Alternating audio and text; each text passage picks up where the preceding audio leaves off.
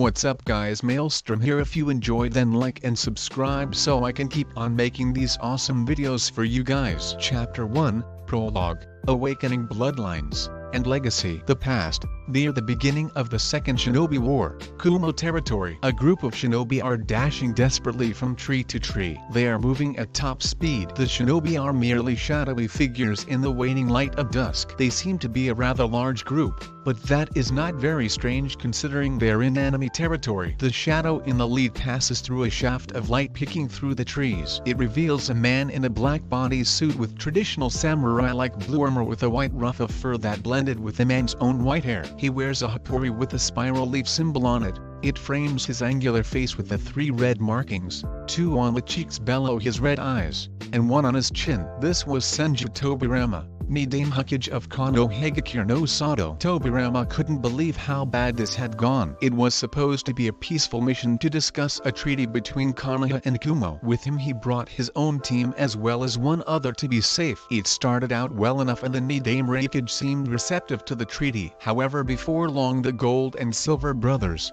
Kumo Nukyans, Jinkaku and Kinkaku attacked the meeting. In the skirmish that followed, his Akimaki comrade had then accidentally killed 2 members of the Kinkaku squad that the Hokage brought with him. Things could have still been fine, however just before that, the brothers had managed to kill the Hokage. Sure, he took them with him in an impressive display of Raitenjutsu, but that was a moot point. Sorrowful at seeing their leader die, the Kinkaku squad grew enraged when the Akimaki accidentally killed their teammates and tried attacking, forcing the Konohanians to flee. Now they are madly dashing trying to get to the border so they will be safe. Through his manipulation of water in the air, Tobirama could feel their pursuers were gaining. They had a lead of 7 kilometers at best, barely 20 minutes at shinobi speeds. Tobirama glanced back at a female figure directly behind him and his eyes flashed with worry. If someone were to stall them and even take a few out, it would buy just enough time for the others to cross the border into Hi-no-Kuni, where the Kinkaku squad dared not follow. The problem was whoever stayed behind would most likely die. And what's more, I am the only one with a hope of pulling it off.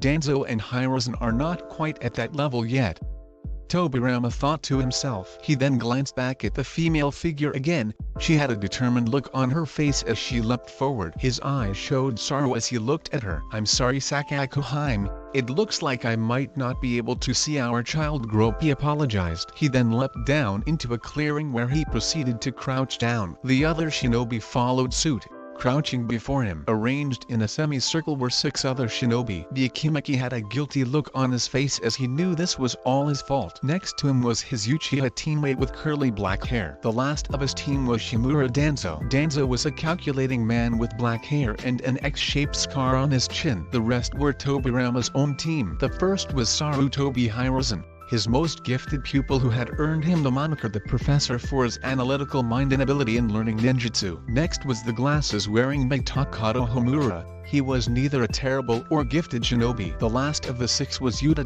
Koharu. She was a beautiful woman with dark blue eyes that seemed to sparkle when she was happy. She dressed in regular kunoichi clothes that accented her figure. She had a perfect hourglass figure with a high C-cup bust. Her dark brown hair was kept pinned up in a bun. Koharu was extremely gifted in genjutsu, but she was no slouch in ninjutsu either. This was due to her father being an Uzumaki and her mother an exiled member of the Kurama clan, giving her the ability to cast very realistic genjutsu while having exceptionally large chakra reserves. Somewhere between low to mid-cage. Koharu had grown up an orphan and only discovered her heritage recently, thus her surname Yuta-tan. Tobirama cleared his throat before he spoke. "They are gaining on us. If we don't do anything they will catch us. We need to buy time." He spoke to the younger shinobi. Hiruzen scowled at this. "So one of us will need to stay behind to hold them off," he stated analytically. "Correct, Hiruzen," Tobirama replied. He was about to continue when Hiruzen spoke again.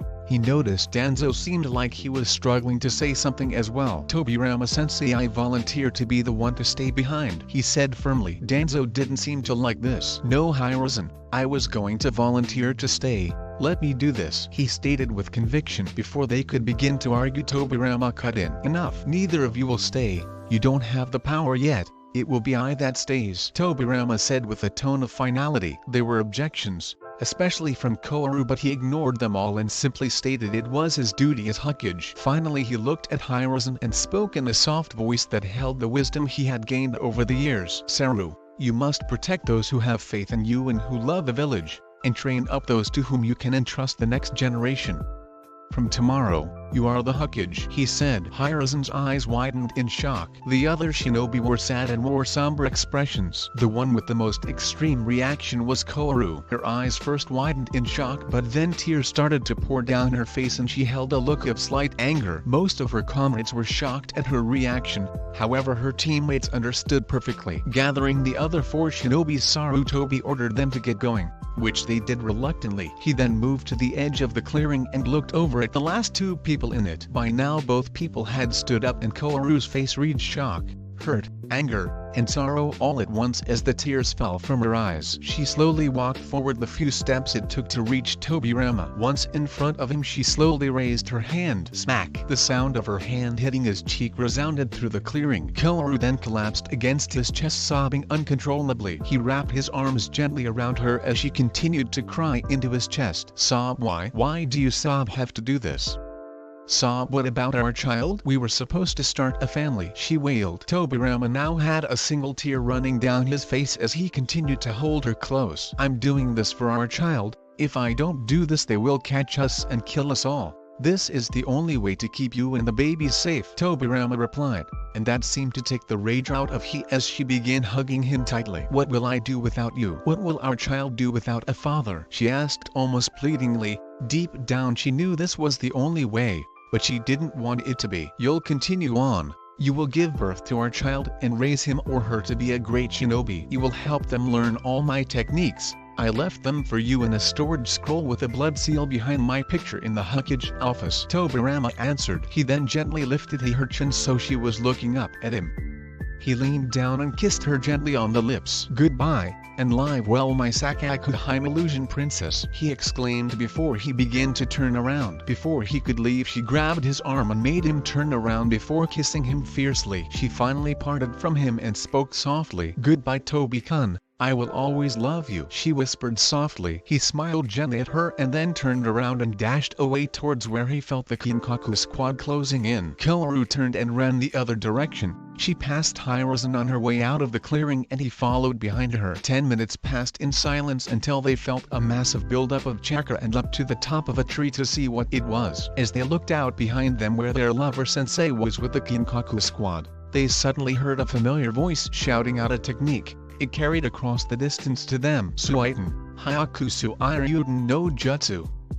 1. Tobirama's voice cried as over the treetops a few miles away 100 giant dragons comprised of water with glowing yellow eyes formed. As they stretched above the treetops the dragons hovered menacingly for a few seconds before they finally let loose a set of roars in unison that were heard all the way back in Kumo and made the trees shake from it, before finally they all plunged downwards towards their victims. Tobi-kun always had a flair for the dramatic. Koharu half sobbed half giggled as she felt her heart clenching in anguish as tears rolled down her cheeks. That he did, agreed Hiruzen before they both turned and dashed away. 8 months later Koharu would give birth to a baby boy who had the yellow hair of his father's mother, but also the blue eyes of his mother. However, tragedy struck as the child was kidnapped from the maternity ward. But some deity seemed to feel the need to intervene as unforeseen complications forced the kidnapper to leave the child outside the orphanage where he was given a name by the matron in charge, and that name was Namikaze Minato Kaniya.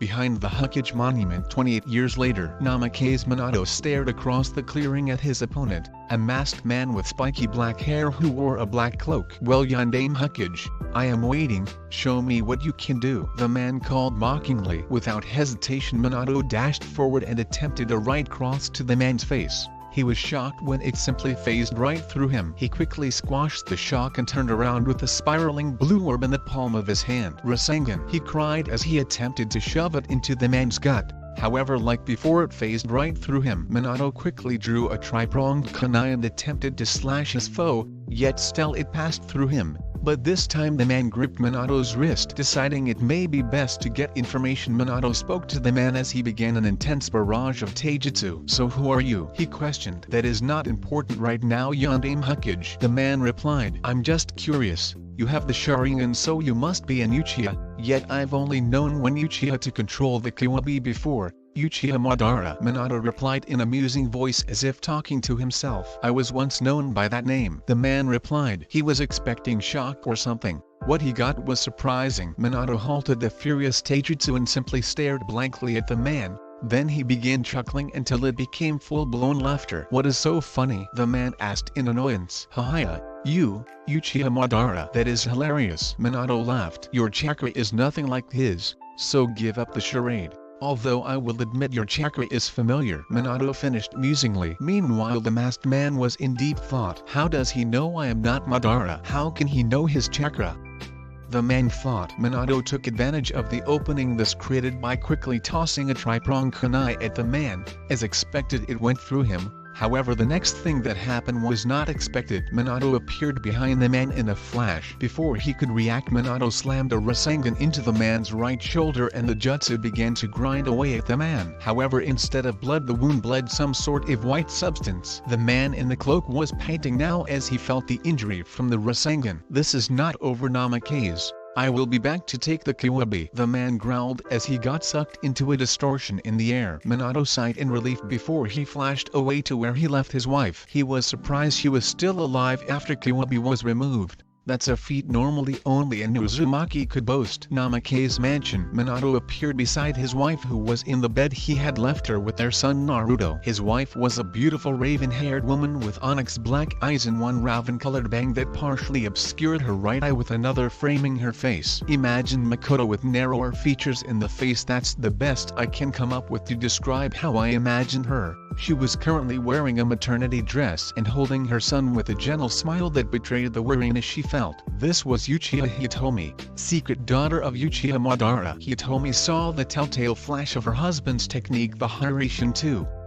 She normally would have looked up, but she didn't for two reasons. First, she was exhausted from having Kyuubi ripped from the seal, and two, she was too busy holding and admiring her son. He had his father's golden-colored hair, but she suspected that it would grow out like her father's. His eyes were her own shade of onyx. Minato gulped at what he was about to do. He hated it, but there was no time to find another candidate. He felt a wave of self-loathing at the burden he was going to place on his son. He was optimistic, not stupid.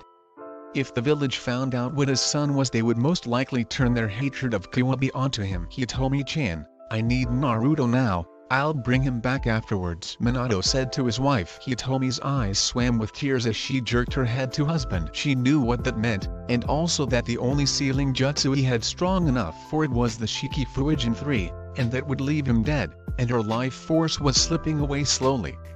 Perhaps if Tsunade were here it would be different, but she wasn't, so she knew she would die as well, leaving her son alone and vulnerable to the harsh life of a Jinchuriki. Minato, are you certain? Isn't there another way? I don't want our son growing up alone, she cried. She knew it wouldn't change anything, but she didn't want her child to be a Jinchuriki. She had been 5 when the Kyuubi was sealed into her. Her mother was dead and the clan caved to political pressure and banished her, so nobody could accuse them of trying to control the Kyuubi as her father had done. I'm sorry, but there is no time for any other candidate to be found, but don't worry. I will leave behind instructions for Sarutobi-sama to make sure nobody knows of his Jinchuriki status. Only him and the Shinobi Council will know. Minato promised. It set her mind at rest. If only Shinobi knew, then he would be treated fairly, as they weren't as dumb as civilians. I'll be back in 5 minutes. Wait here, Minato told her before leaving to leave his instructions via messenger toad. 5 minutes later he came back and helped Hitomi up as he held her gently while she cradled Naruto in her arms. For the first and last time the family embraced inside the Namikaze mansion before they disappeared in the yellow flash of light. 3 hours later,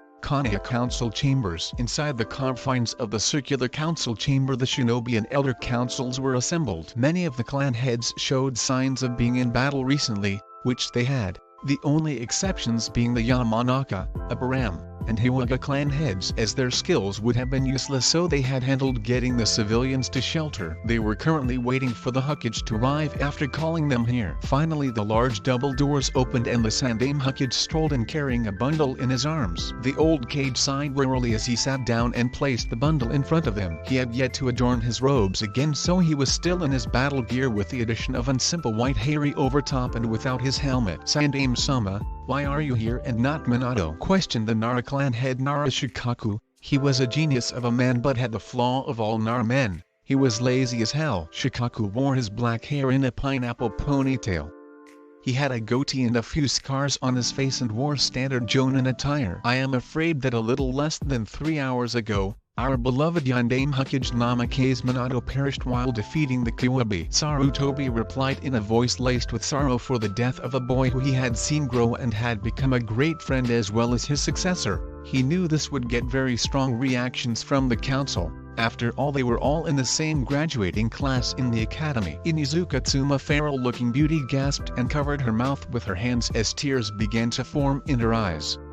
She was the Inuzuka clan head. The Ibaram clan head Shibi showed no outward reaction. However, if one were to look closely, they would hear an agitated buzzing as well as seeing his face in a slightly sad expression, an extreme reaction to get from him. The Hyuga clan head Hyuga Hayashi lost his stoic facade as he felt pain in his heart at hearing one of his very few friends had died. Minato had helped him get over his shyness when he was young. He was like a second brother. His Byakugan unconsciously activated for a brief moment. The heads of the Yamanaka, Akimaki, and Nara clans Yamanaka Inoichi, Akimaki Chauza, and Nara Shikaku all showed expressions of sadness. Only the Uchiha clan head Uchiha Fugaku showed no reaction to the news. "So you'll be taking up the title of Hokage once more, Sandaime-sama?" Shikaku asked. Hiruzen noticed how the crippled Danzo seemed to tense at this. So far the elders had been quiet, although he noticed Koharu had let loose a few tears at the news of Minato dying. She had always liked the young blonde. "I will. However, that is not the most urgent matter now," he replied. "Pray tell,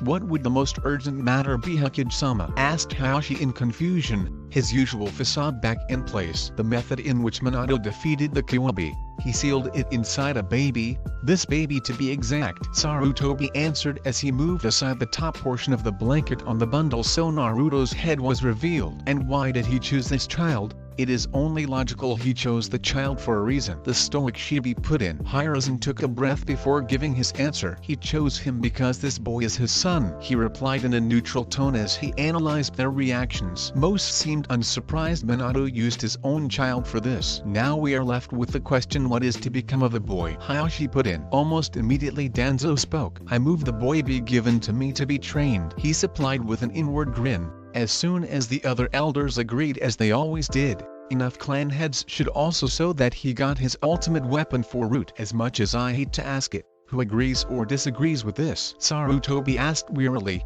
He had drawn a similar conclusion as Danzo. Things may indeed have gone that way had Koharu not taken this moment before she voted to glance at the baby. Her heart throbbed painfully in her chest as she beheld the sleeping blonde child. Her mind flashed back to another blonde child long ago. Her eyes grew soft and she knew she could not subject this child to the teachings of Danzo. Slowly she raised her hand to vote. I disagree with Danzo's proposal." She finally managed to get out. Homura and Hiruzen looked at their teammate in shock while Danzo looked at her with a hidden rage. As soon as they saw her expression, her teammates realized why she chose that, and their hearts softened as they too remembered the child she lost so long ago, as well as how heartbroken she was when he was taken. "It took her years to recover." "I disagree as well," Homura said with certainty. Slowly the votes were cast and only the Uchiha clan had agreed. "Well, now that this is taken care of, I suggest we all go home to rest," Hiruzen said in relief. He got many grumbled agreements as the council slowly trickled out, but not before he reminded them of the S-ranked status of this information. The very next day Uzumaki Naruto was admitted to the orphanage. Hiruzen chose this name in remembrance of his sensei Hashirama's wife Uzumaki Mito. A few months after the attack, word leaked out from an unknown source that Naruto was a Jinchuriki. Hiruzen knew damn well that it was Danzo trying another way to get Naruto. However, Danzo miscalculated. After they heard that the entire Shinobi Council as well as the other two elders held no concerns about the seal and thought the boy was harmless and held complete faith in the Yondaime's Finjutsu skills, they settled for cold indifference. They would not let their children interact with him for fear of him losing control, but they never showed any signs of hatred except for the occasional shop owner refusing service because they were one of the 2% that disliked him. However, that attempt made Hiruzen wonder, Jinchuriki or no, Why in the world did Danzo want him that badly? It would not be for another 6 years until Hiruzen had his answer, and it was one that would make him and the other elders and Shinobi Council forever suspicious of Danzo. Time skip, 6 years, dusk, streets of Konoha. A 6-year-old boy dressed in a black shirt with a red swirl, tan shorts and black sandals was rushing through the streets. The boy had spiky blonde hair and a bang that went to his eyebrow over his right eye. His eyes were onyx black and he had 6 whisker marks on his cheeks. This was Uzumaki Naruto, Jinchuriki of the Kawabi. Currently he was trying to get back to the orphanage before the sun set completely. The matron there always got very worried when he in particular showed up after dark. He never knew why. Of course, unknown to him, it was because she worried one day one of those few who thought of him as the demon brat would go beyond simple raising store prices and name-calling behind his back. He had been in the library studying everything he could on shinobi as a civilian, and the other half doing physical training, and he had accidentally went too long. If you hadn't guessed, Naruto wanted to be a shinobi. He had ever since he could first understand speech and what words meant, which was at the age of 3. Ever since then he had been told by the matron stories of shinobi. She was older than the Sandames, so she had lived through 2.5 shinobi wars and told him stories of all the famous shinobi, from Uchiha Izuna and Madara, to their counterparts the Senju brothers Hashirama and Tobirama, to the legendary clashes in speed between the Yondaime Hokage and the Yondaime Hokage Namikaze Minato, who she had named herself before either had become Kages. All these stories filled him with wonder. He even listened avidly to stories of the other Kages and famous ninjas from the other great villages. However, out of all the shinobi he only felt a real pull for some reason towards 4 of them. Those 4 were Uchiha Madara, Senju Hashirama and Tobirama, and Namikaze Minato. As he rushed through the streets he came across a strange sight. A man was creeping through the shadows with what looked like a tied-up bundle of cloth. On closer inspection he found it to be a girl his age who appeared to be knocked out. Before he could think it through he shouted out at the man, "Oi Ashit, what are ya doing with that girl?" He shouted out loudly. Where did he learn that word, you may ask? Simple. He once heard one of the chunin that guard the village gates call a fellow shinobi that when he laughed at him and his partner for getting the unfortunate duty of guarding the gate. Again, he had no idea what it meant, but it sounded good. The man who was dressed in standard shinobi gear froze while thinking 2 things. Shit, I've been caught. And did that Gaki just use the word Ashit? How the fuck does he know that word? At this point in time Naruto began to regret his loud shout because he realized maybe shouting out loudly and alerting the unknown shinobi wasn't the best idea. He was proven correct when the man slowly put down the girl and then began to look at him in a slightly threatening / sadden way. He couldn't allow him to live, and he didn't particularly like having to kill a kid. Well, for what it's worth, I am sorry you saw me, Gaki. You were in the wrong place at the wrong time. I will try to make this painless as possible, he said in a slightly remorseful voice. With that he took out a kunai and threw it at Naruto, who dodged it barely. The man ignored that and was already rushing at him so fast he could only barely see him. Of course it wasn't as fast as the man could go, but he didn't feel like using full speed, so he settled for low genin instead of his usual mid-jonin. The 30 yards separating them was closing fast. Naruto began to panic when he saw the man rushing through hand seals and heard the man shout his technique as he continued towards him. Raiten, Jion. 4. He cried as a thin lightning bolt shot from his hands towards Naruto. What would happen next would be the shock of his life. For Naruto, he saw the man complete the hand seals and then the technique was announced and he saw the lightning coming towards him. His heart was beating triple time on adrenaline. He knew that it was over. He would never be a shinobi, never be a legend like the Yondaime. Then something strange happened. Time seemed to slow down. He saw the lightning coming in slow motion, then slower. He moved his head to the side so that the lightning would miss him. It worked and the lightning passed by him. Then his hands moved of their own accord and clasped into a prayer-like position. At this point the shinobi was almost upon him, barely 3 feet away. Suddenly a wooden post shot upwards from the ground and slammed into the man's gut harder than a punch from the Sandaime summon Anma. Not before he managed to put a kunai in the boy's shoulder. Blood spewed from his mouth as he saw blackness closing in on the edges of his vision. The shinobi let out a small chuckle. Beaten by a Gaki, cough cough troublesome. He laughed. Meanwhile, all the males in a certain lazy clan sneezed at the same time. At this point he passed out. Not even 10 seconds later, Naruto's vision got blurry as the adrenaline left his system and his hands fell to his sides as he felt the pain of the kunai and he started to tip backwards. The last thing he saw was a white ambo mask with a pair of blood-red eyes with 3 black tomo in them and silver hair. Meanwhile, the ambo that caught him glanced over to their partners as they picked up the girl and the shinobi respectively. 10 minutes earlier, with Ambush Squad 7. Ambush Squad 7, led by Ainu and consisting of Ainu, Tora, and Karasu, was conducting their routine sweep of the village. So far everything was quiet. That is until they got close to the clan areas of the village. They saw a flash that they recognized as being the result of a lightning jutsu. They quickly moved towards the source and alighted upon a rooftop overlooking the street. What they saw shocked them. There was a blonde-haired boy that one of them recognized as she'd been one of the ambu assigned to guard him early in his life when there was fear people may try to kill him,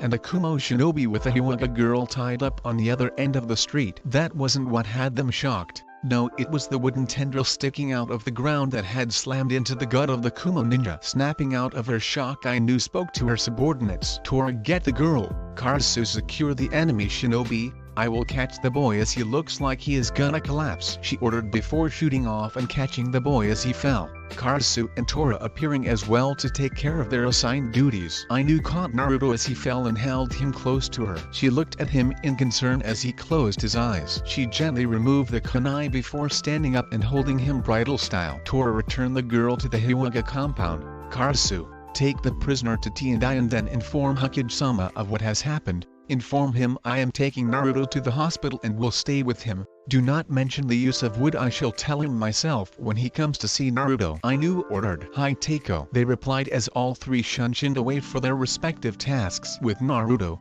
Minscape. Naruto groaned as he awoke. He had a really bad headache. He sat up slowly as he took in his surroundings. He was in some hallway with walls made of stones and wooden floors. Like a castle with wooden floors. He got up slowly and saw that there were 2 different wires along the wall that were as thick as his arm. One was blue and the other was red. For some reason he felt the urge to follow them, so he did. He kept walking through the large halls following the wires, until finally he came to a large set of double doors made of some sort of black wood with intricate designs carved into it with vines and such. The doors were 3 times as tall as his height of 3'8". He slowly placed his hands on the doors and pushed them. He expected them to be hard to open, but they weren't. The doors swung open with a crash as they settled into place against the walls. He strode forward into the room in complete awe. The room was a gigantic throne room-like hall. The floor was wood like the rest of the place. The far wall was not so much a wall as gigantic wooden gates with a giant piece of paper with some kanji on it. There was a set of shallow steps leading up to a raised area in front of the gate. There was a figure standing in front of the gate. He started making his way across the hall. Once he was almost to the steps, he saw the figure had long raven-colored hair that fell to the mid-back. He spoke for the first time since entering this place. Hello. Where am I? Who are you? He asked timidly. The person spoke as they turned around. Hello Naruto.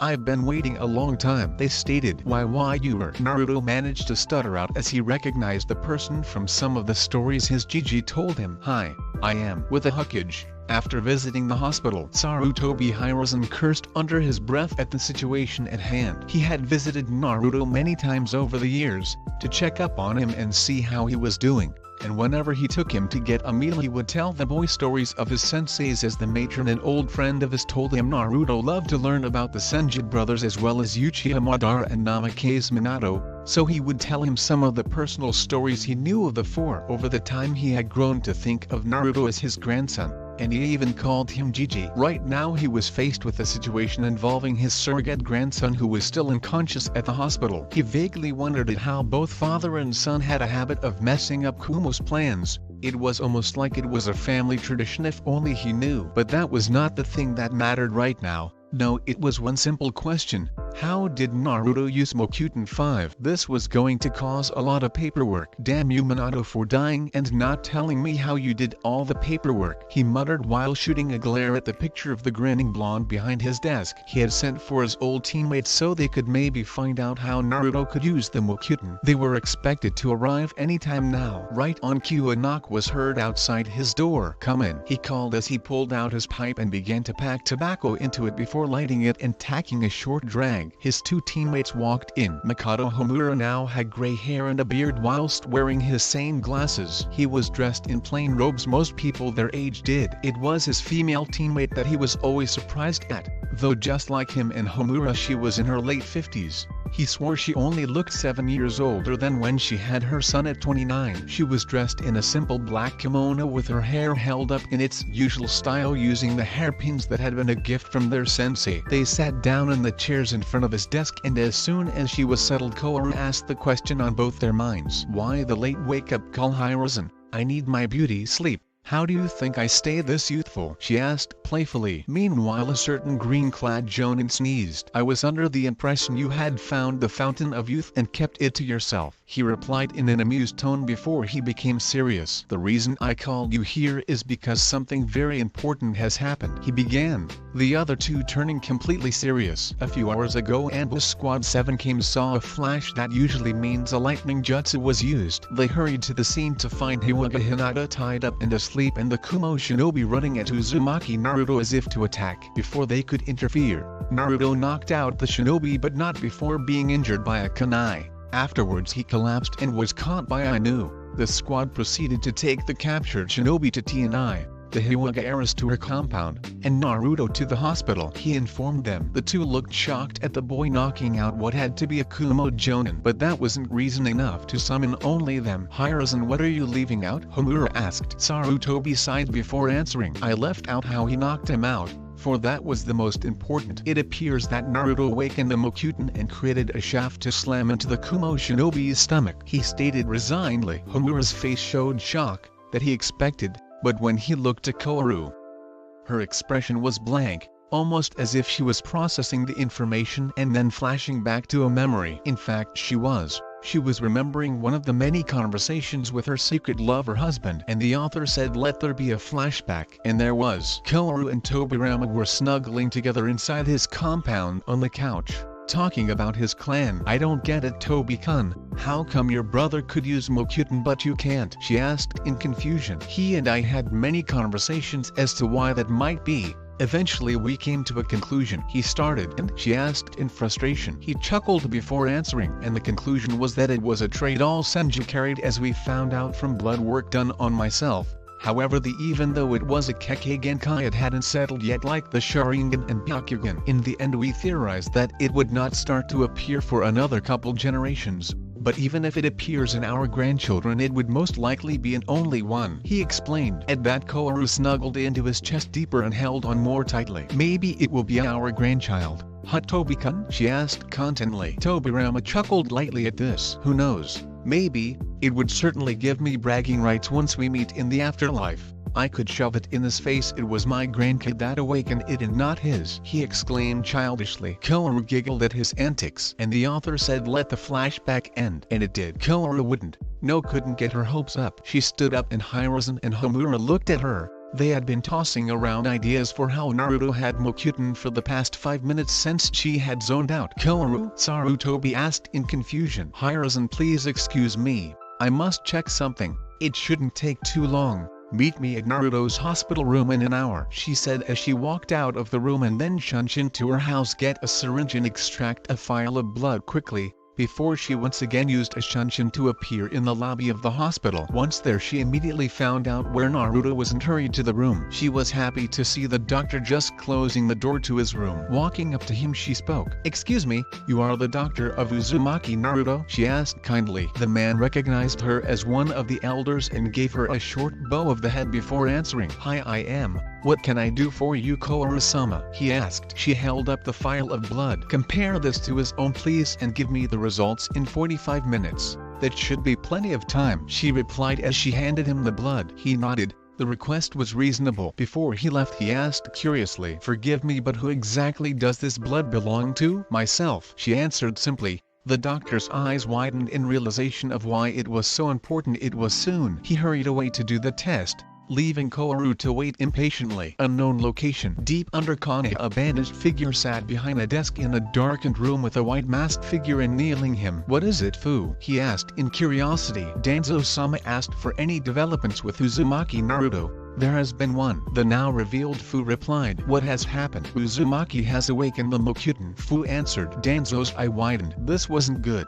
If Sarutobi were to figure out who he was, he may be forced to flee Konoha. I see. Gather 20 of my most experienced root. Have them prepare Operations Exodus and Chimera immediately, he ordered. The root ninja nodded and Shunshin to complete the task. Better be safe than sorry, Danzo muttered to himself. With Koharu at the hospital, Koharu was leaning on the wall in Naruto's room staring at the boy intently. It was the scene her two teammates walked in on. Homura had accompanied Hiruzen when he came to meet Koharu at the hospital because he was worried for his teammate. When they arrived and saw her staring at Naruto intently, seemingly in deep thought, his worry increased. Koharu, why did you request we meet here? Hiruzen asked. Wait until the test results come back, then I will explain, she told him, barely acknowledging their presence. Luckily at that time the doctor came back and handed her the test results on the clipboard before bowing to the other two and leaving. Koharu stared at the results of the test. Her eyes widened in shock as tears welled in her eyes. They spilled down her cheeks so she slowly smiled. Koharu, what was the test for? And what does it say? He asked, concerned by her reaction. She said nothing, just dropped the clipboard and walked over to Naruto's bedside where sat down in the chair next to it and took his hand gently while beginning to stroke his hair. In exasperation Hiruzen looked down at the clipboard and his eyes widened as he understood. I can't believe it, he exclaimed. Minscape. Hi, I am Konoha's Karasu no Ojo 6. Uchiha Hitomi. It's nice to meet you, Sochi, Hitomi said with a smile as she turned around completely and smiled warmly at him. What did you say? He asked in disbelief. No way, the Karasu no Ujo was his mother, right? I said it's nice to meet you finally, Sochi, she replied in amusement as she made her way down the steps to stand in front of him before kneeling down and hugging him tightly. Are you really my Kosan? He asked timidly as a few tears fell from his eyes. Yes, I am, and I am so sorry I couldn't be there for you, Hitomi answered as she wiped his tears away and kissed him on the forehead. With that he hugged her back and snuggled into her shoulder. She soothed him by rubbing his back gently as he was racked with sobs of joy. Once he had calmed down they were sitting cross-legged across from each other. Where are we? And how are you here, Kosan? Not that I'm not happy, but I was told that you died the night the Kiwabi attacked. The night I was born, he asked as he wiped away the last of his tears. Well, as for the where, we are in your Minscape. And as for the how, that requires a small story first, so sit back and get comfortable, Hitomi told him with a smile. Once she saw he was paying attention she giggled at the expectant expression he had. First, I will explain some things I want you to know. The first is I want you to know what a Jinchuriki is. A Jinchuriki is a person who has a BU sealed into them. They are the scroll that holds the kunai, the jailer to the jailed. They are neither the kunai or the prisoner. Jinchuriki protect their villages every single day by holding the BU they carry. Now before I say the next bit, do you understand so far? Hitomi finished with a question. Naruto gave a nod in response. Okay, now you understand that. I want you to know I am the former Jinchuriki of the Kiwabi no Katsune, and you are its current Jinchuriki host. Your father was forced to seal it into you on the day of your birth, she told him seriously. Naruto's eyes widened and then he put his head down. He then spoke in a voice so low she almost couldn't hear it. Was there any other choice besides sealing it in me? He asked, hoping the answer was no. There was only one other option. Let it destroy the entire village including you. If there was any option in which you didn't have it sealed and you and the village survived, we would have taken it. We love you with all our hearts, Sochi. And it broke them to have to make that choice, she replied softly as she leaned forward and hugged him for a few seconds. He wiped the tears away before a thought suddenly occurred to him. Wait a second, if my father was the one that sealed the Kiwabi into me, then that means my father was. He stopped abruptly as the thought sunk in. Hi, your father was the Kairoi Senko 7. The Yondaime Hokage Namikaze Minato, she said with a smile as she remembered all the times with Minato. Now we have that out of the way, the only thing left is to explain the bloodline limit of our clan, the Uchiha, which is how I am here. First, I will explain that we are pure-blooded Uchiha. The difference is significant. You see, sometime after the war between the Uchiha and Senju clans started, there were only a few of each left, so they both used a blood ritual to create half-blooded Uchiha and Senju. Their Sharingan in the Uchiha's case, and potent and special chakra in the Senju's case, were significantly weaker, she said as a beginning. Getting a nod of understanding, she went on. Now we are pure-blooded because Uchiha Madara, who is the last pure-blooded Uchiha. Therefore the last true Uchiha elite was my father, so that mantle fell to me, and now you, making you technically the rightful clan heir due to the Uchiha laws," she explained, getting wide eyes from him. Now there are 5 stages to the Sharingan, the initial 3 and the last 2 the Mangekyo stages. In the first 3 stages you get a Tomo in each eye for the level you are at, 1-3. In these stages you get increased perceptive ability, an ability to see chakra as well as see through genjutsu and copying abilities. In the final 3 Tomo stage your perception is so great you gain true prediction of an opponent's moves. You can copy any nin, gen, or taijutsu, see through and break any genjutsu that is not a Sharingan-born one, see the vague outline of an opponent's chakra network, and finally cast genjutsu with only your eyes, including some exclusive to the Sharingan. These are all the abilities of the first 3 stages, understand? She finished, glancing at him to ensure he understood, which he did. She realized that he understood perfectly. What it meant was he was genius, a prodigy. Her baby boy was a genius, even more so than Makoto's child Itachi. Okay, now the Mangekyo stages and their abilities, and the difference between pure and half-blood Mangekyo users. She began, waiting for his nod of understanding. The first of the final 2 stages, or Mangekyo stages, is the Mangekyo Sharingan. To gain this, a half-blood must either feel the guilt of their best friend's death, or kill them themselves. A pure-blood can gain it through rigorous training or a life-and-death situation, just like the initial stages. The abilities of this are 3 special techniques unique to the Sharingan. The first technique is Amaterasu, black flames as hot as the sun that can be extinguished and can burn for 7 days and 7 nights. The second technique is the nearly unbreakable Genjutsu Tsukuyomi. I would say unbreakable, but there is one thing that can break it, and that is another Mangekyo Sharingan. Anything less and it's useless to try. In Tsukuyomi you can control space and time, you are God. You can keep your opponent there for 3 days and 3 nights, and it is only seconds in the outside world. The final technique is the impenetrable armor Susanoo. With this ability an astral figure appears around you and protects from all attacks. It is also a very destructive offense. All Mangekyo users have a different Susanoo that carry various tools. Now this is the last ability that all Mangekyo users have. Pure blood or not, it doesn't matter, understand? She questioned at the end. Getting another nod, she began to speak once more. Now here are the differences between the 2. Half-bloods gain another ability that will either be the space-time Jutsu Kamui, or the ultimate Genjutsu Kodo Matsukami. The trade-off however is twofold. First, they slowly go blind while using the first stage, and second, to advance they must take the eyes of another Mangekyo user. Now a pure-blood however will not gain either ability in the first stage.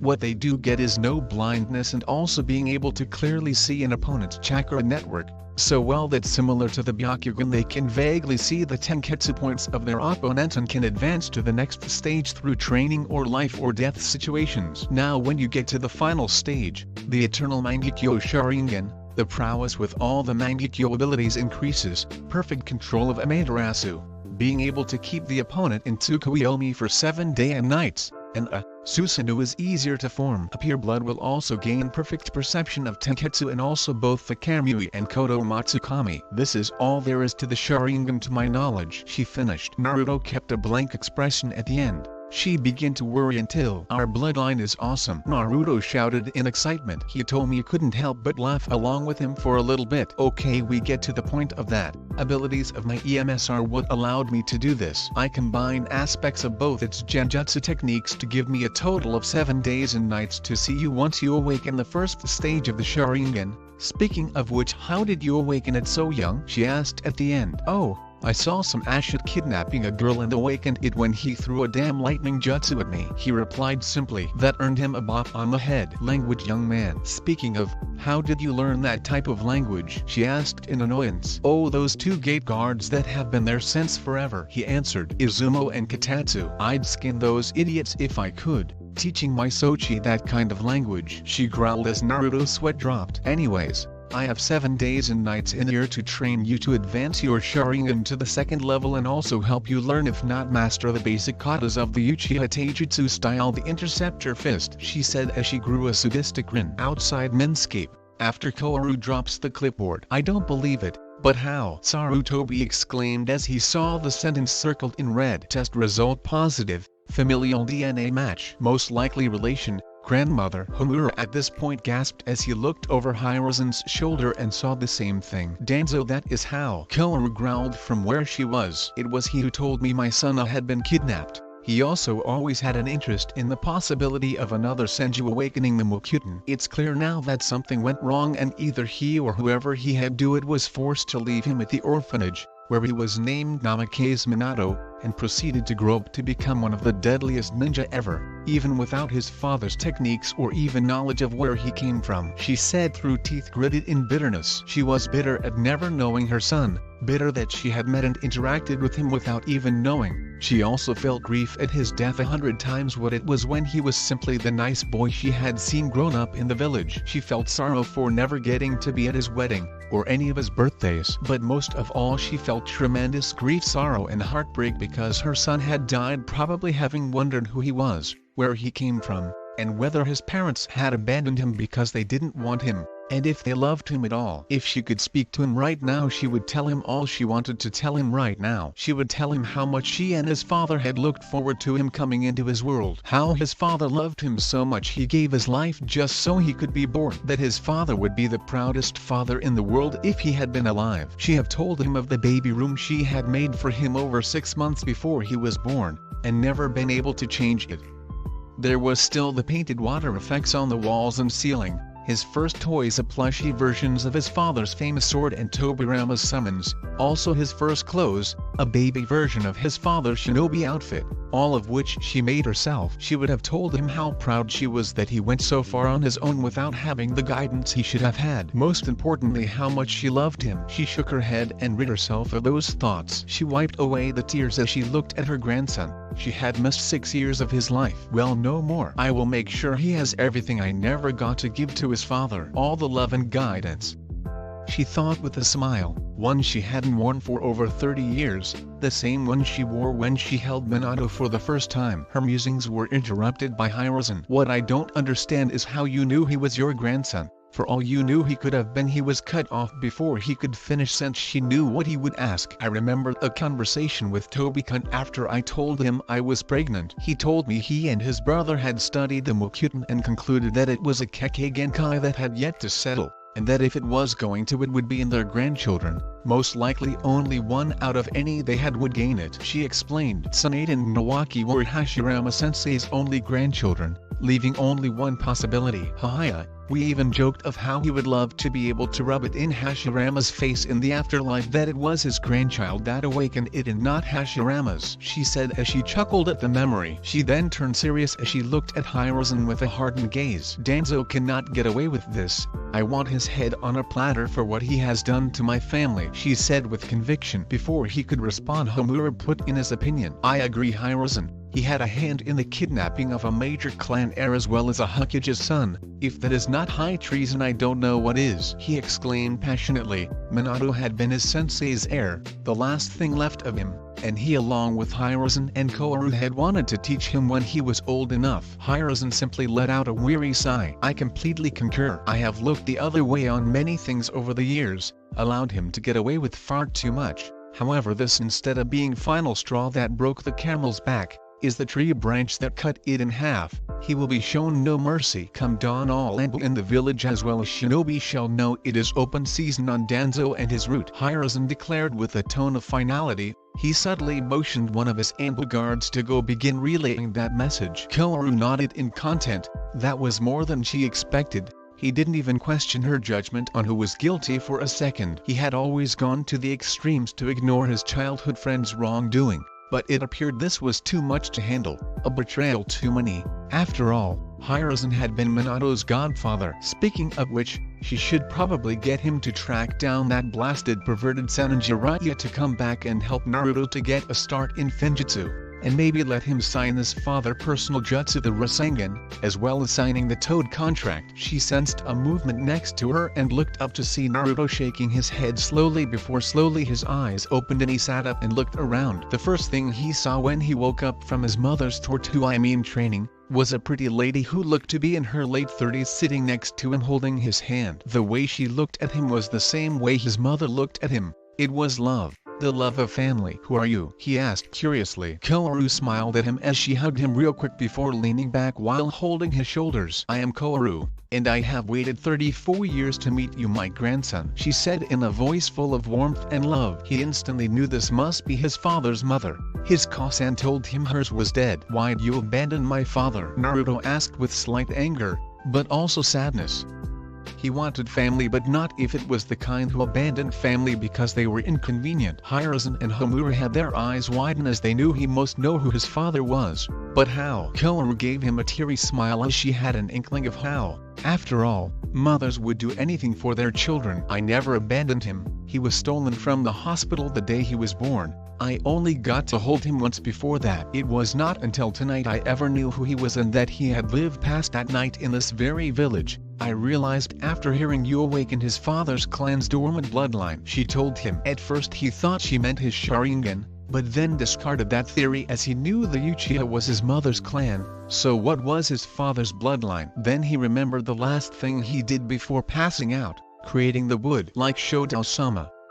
He thought as realized which clan she meant. Koharu took note of the flash of realization in his eyes. So he realized what clan I meant from him using wood. My grandson is a genius like his father and grandfather, eh? She mused to herself. So you mean that my father was from the Senju clan? He exclaimed. Not just any Senju, his father. My husband was Senju Tobirama. She answered with a smile at his excitement. Holy shit, I'm the grandson of Uchiha Madara and Senju Tobirama too? Sweet, I'm pure blood Uchiha and Senju. I practically reek of awesomeness, he shouted with childish excitement. Hiruzen face-palmed at Naruto, revealing what he had classified as a SS-ranked secret when it came to who his mother's father was. To a room with 3 of his personal Anbu as well as Homura. Koharu already knew as she was one of Hitomi's inspirations and had taken a liking to the girl and taught a lot about genjutsu. I will have you know that is an SS-rank secret, he called to his Anbu mostly. Homura probably already figured as much. He then turned to Naruto. Speaking of, how did you find out an SS rank secret? Naruto? I'm listening closely, he questioned. Koharu smirked at Hiruzen's discomfort. Seems getting under his skin ran in the family. She got a kick out of it, and she was almost certain Minato did as well, and she was certain Naruto did, judging by how he was chuckling. I can guess, knowing that cheeky girl. Your mother used her advanced Sharingan, didn't she? She asked in amusement. Naruto nodded furiously, still wearing a grin. Yep, she did it so she could torture me. She said it was to tell me of my Uchiha heritage and help advance my Sharingan and train me in the Uchiha Taijutsu. But I say it was torture, he explained childishly, which wasn't that strange since he was a child. Koharu chuckled as she remembered training his mother to help her advance into the Mangekyo stages. I see. I assume she told you everything, including your tenant? Hiruzen asked resignedly. He got a vigorous nod. Yep, she told me about Fuzzbit, and that I'm the true Uchiha clan heir, he replied. The first part made him face palm at the boy's nickname for an entity that could destroy villages, and then he dropped his jaw at the last one. WHWH what? He asked. Like I said, I am the Uchiha clan heir. It's in their laws. As long as there is a pure blood Uchiha, they are the heir, and no half-blood can be the heir. All those supposed Uchiha elites are nothing but pretenders, shams, knockoffs, commoners playing at king. Naruto clarified. All the other occupants of the room snickered at that. They had all heard that the Uchiha boast about being elites, and how they were superior because of it. To hear that to their own clan laws they were all considered inferior Uchiha was hilarious. Koharu laughed loudly at Naruto's statement. She then stood up and picked him up with her, getting a yelp of protest. Come on, we are going home so you can rest. Tomorrow we will go get anything you need from the orphanage, and then go shopping for clothes and equipment so that we can begin your training. You have 2 years before the academy and I am not letting them go to waste, she declared happily. Naruto grinned at this and hugged her. You're the best, Bachan, he cried happily. Koharu smiled at hearing him call her that. Hiruzen and Homura watched them leave until something dawned on them. She's gonna teach him all her genjutsu, isn't she? Hiruzen asked wearily. Yep, Homura replied simply. Jiraiya is so fucked when he meets him if Naruto has her dislike of pervert. words, isn't he? Hiruzen asked. Got that right. Homura deadpanned. Hiruzen hung his head at that. He knew he should have beat the pervy out of Jiraiya when he had a chance. Unknown location. Danzo opened his single eye slowly as he sensed Fu Shunshin in front of him. He looked down at the Rube Ninja. He had a hunch what this was about. Report. It is as you expected. Hokage-sama has declared that at dawn it will become open season on yourself en route. Orders Danzo-sama. Fu finished with a question. Launch operations Chimera and Exodus immediately. He ordered with finality. Hi. It shall be as you wish, Danzo-sama. Fu declared. Chapter 2, Shopping and Training, Academy begins, and Massacre. There can be only one. Koharu's mansion. Next day, Naruto woke up to the unusual sensation of an extremely comfortable bed. He scrunched his closed eyes tight in confusion. Comfy bed? His bed at the orphanage was old and worn, not comfy. He then recalled the dream he had last night. He found out his parents were the Karasu no Ujo and the Kairoi Senko, and his grandfathers were Uchiha Madara and Senju Tobirama. His Bachan on his father's side was alive and she took him to live with her, and she was going to train him for the next couple of years before the academy. Too bad it was just a dream. Although there was the fact his bed was softer than he remembered. He sat up and opened his eyes and blinked once, twice, thrice. Yep, there it was. He was in a luxurious queen-sized bed. The room he was in had fancy walls and other stuff that belonged in a mansion. Then it hit him. Holy crap, it wasn't a dream. He shouted. His cry attracted the house's other occupant who was dressed already. She stepped into the doorway and looked at him. What wasn't a dream, Naruto-chan? Koharu asked in confusion. You, my parents, my grandfathers. I thought it was all a dream, he explained. Koharu gained a look of understanding. Ah, well, I assure you, it was no dream, Naruto-chan. You live with me from now on and I will be training you in all the various techniques left by your grandfather, she replied with a warm smile. Naruto jumped out of the bed and rushed over to her and hugged her around the waist while repeatedly thanking her. Tears of joy were leaking from his eyes. Koharu smiled as she knelt down and lifted his chin to look into her eyes. She wiped his tears away while smiling before she spoke. Naruto-chan, you never need to thank me for doing what any good grandparent should. Had I known who you were, you would never have gone to that orphanage.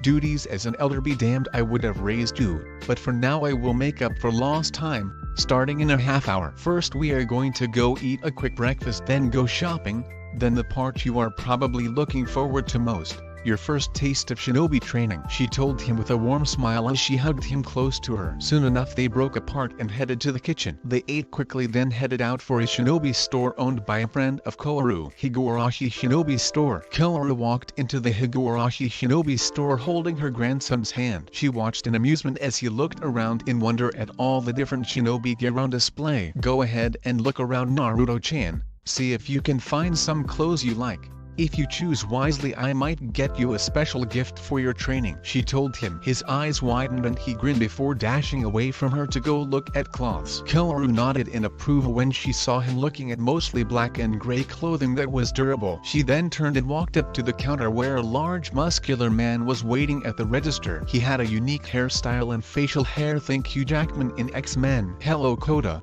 it's good to see you, she said cheerily. Good day Koharu-sama. Who's the gaki over there giving the stink eye to my merchandise? He asked in amusement. Koharu looked back and sweat dropped when she saw Naruto was indeed glaring at an orange jumpsuit as if wishing for the monstrosity to combust. Then they heard him mutter to himself. What kind of dumbass ninja wears that thing? He asked in rhetorical disgust. Kota chuckled as he did agree with the boy. It was meant to be delivered to a civilian clothing store but was given to him on accident, whereas the black combat jacket and matching pants he ordered went to the civilians. Smart gaki, realizing that it has no business being on a ninja. Again, who is he? I'm curious because he looks like a mini-me of Minato. Strange thing is he has Hitomi's eyes, he mused. Koharu didn't react. It figured Kota would figure it out. He was Minato and Hitomi's teammate. She figured he might as well be the first to know. He is my grandson. I only found out yesterday, she replied. Kota's eyes flashed in triumph as his assumptions were correct.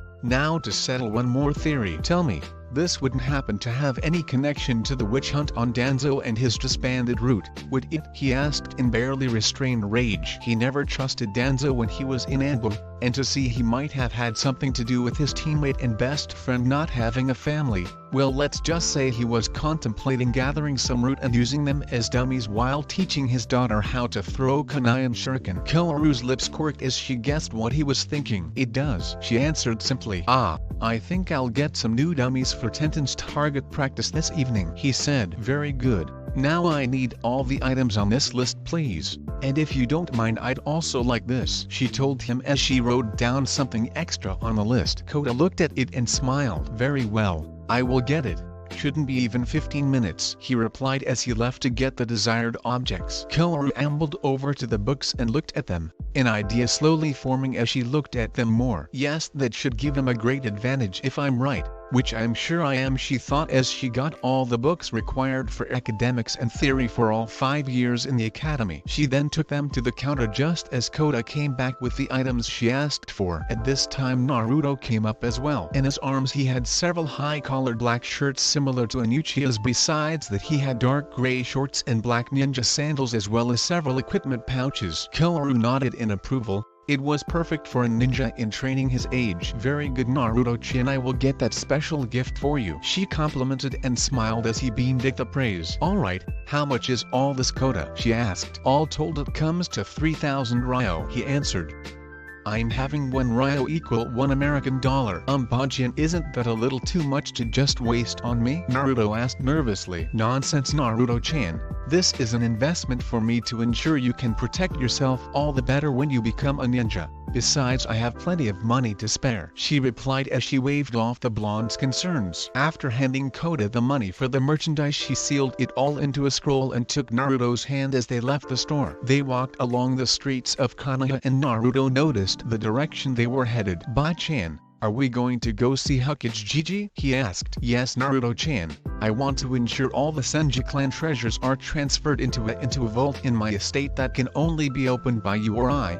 They are very powerful and many people have sought to steal them over the years, but now that they belong to you I want to ensure that only you could possibly access them, she told him. Naruto's eyes widened at that. He hadn't really considered it, but with him being heir to the clan, the Forbidden Scroll of Seals, the Raging no Ken, all the Senju library and artifacts were his. Arriving at the tower, they began to ascend the stairs to his office. Hokage office. Sarutobi Hiruzen sighed to himself. There had been no sightings of Danzo, but his ambu had stumbled upon an entrance leading to the root secret compound and found it empty except for about 40 children in varying degrees of neglect who had clearly begun being conditioned. That was not the only thing they found. They found roughly 180 root ninja dead. No other traces were left.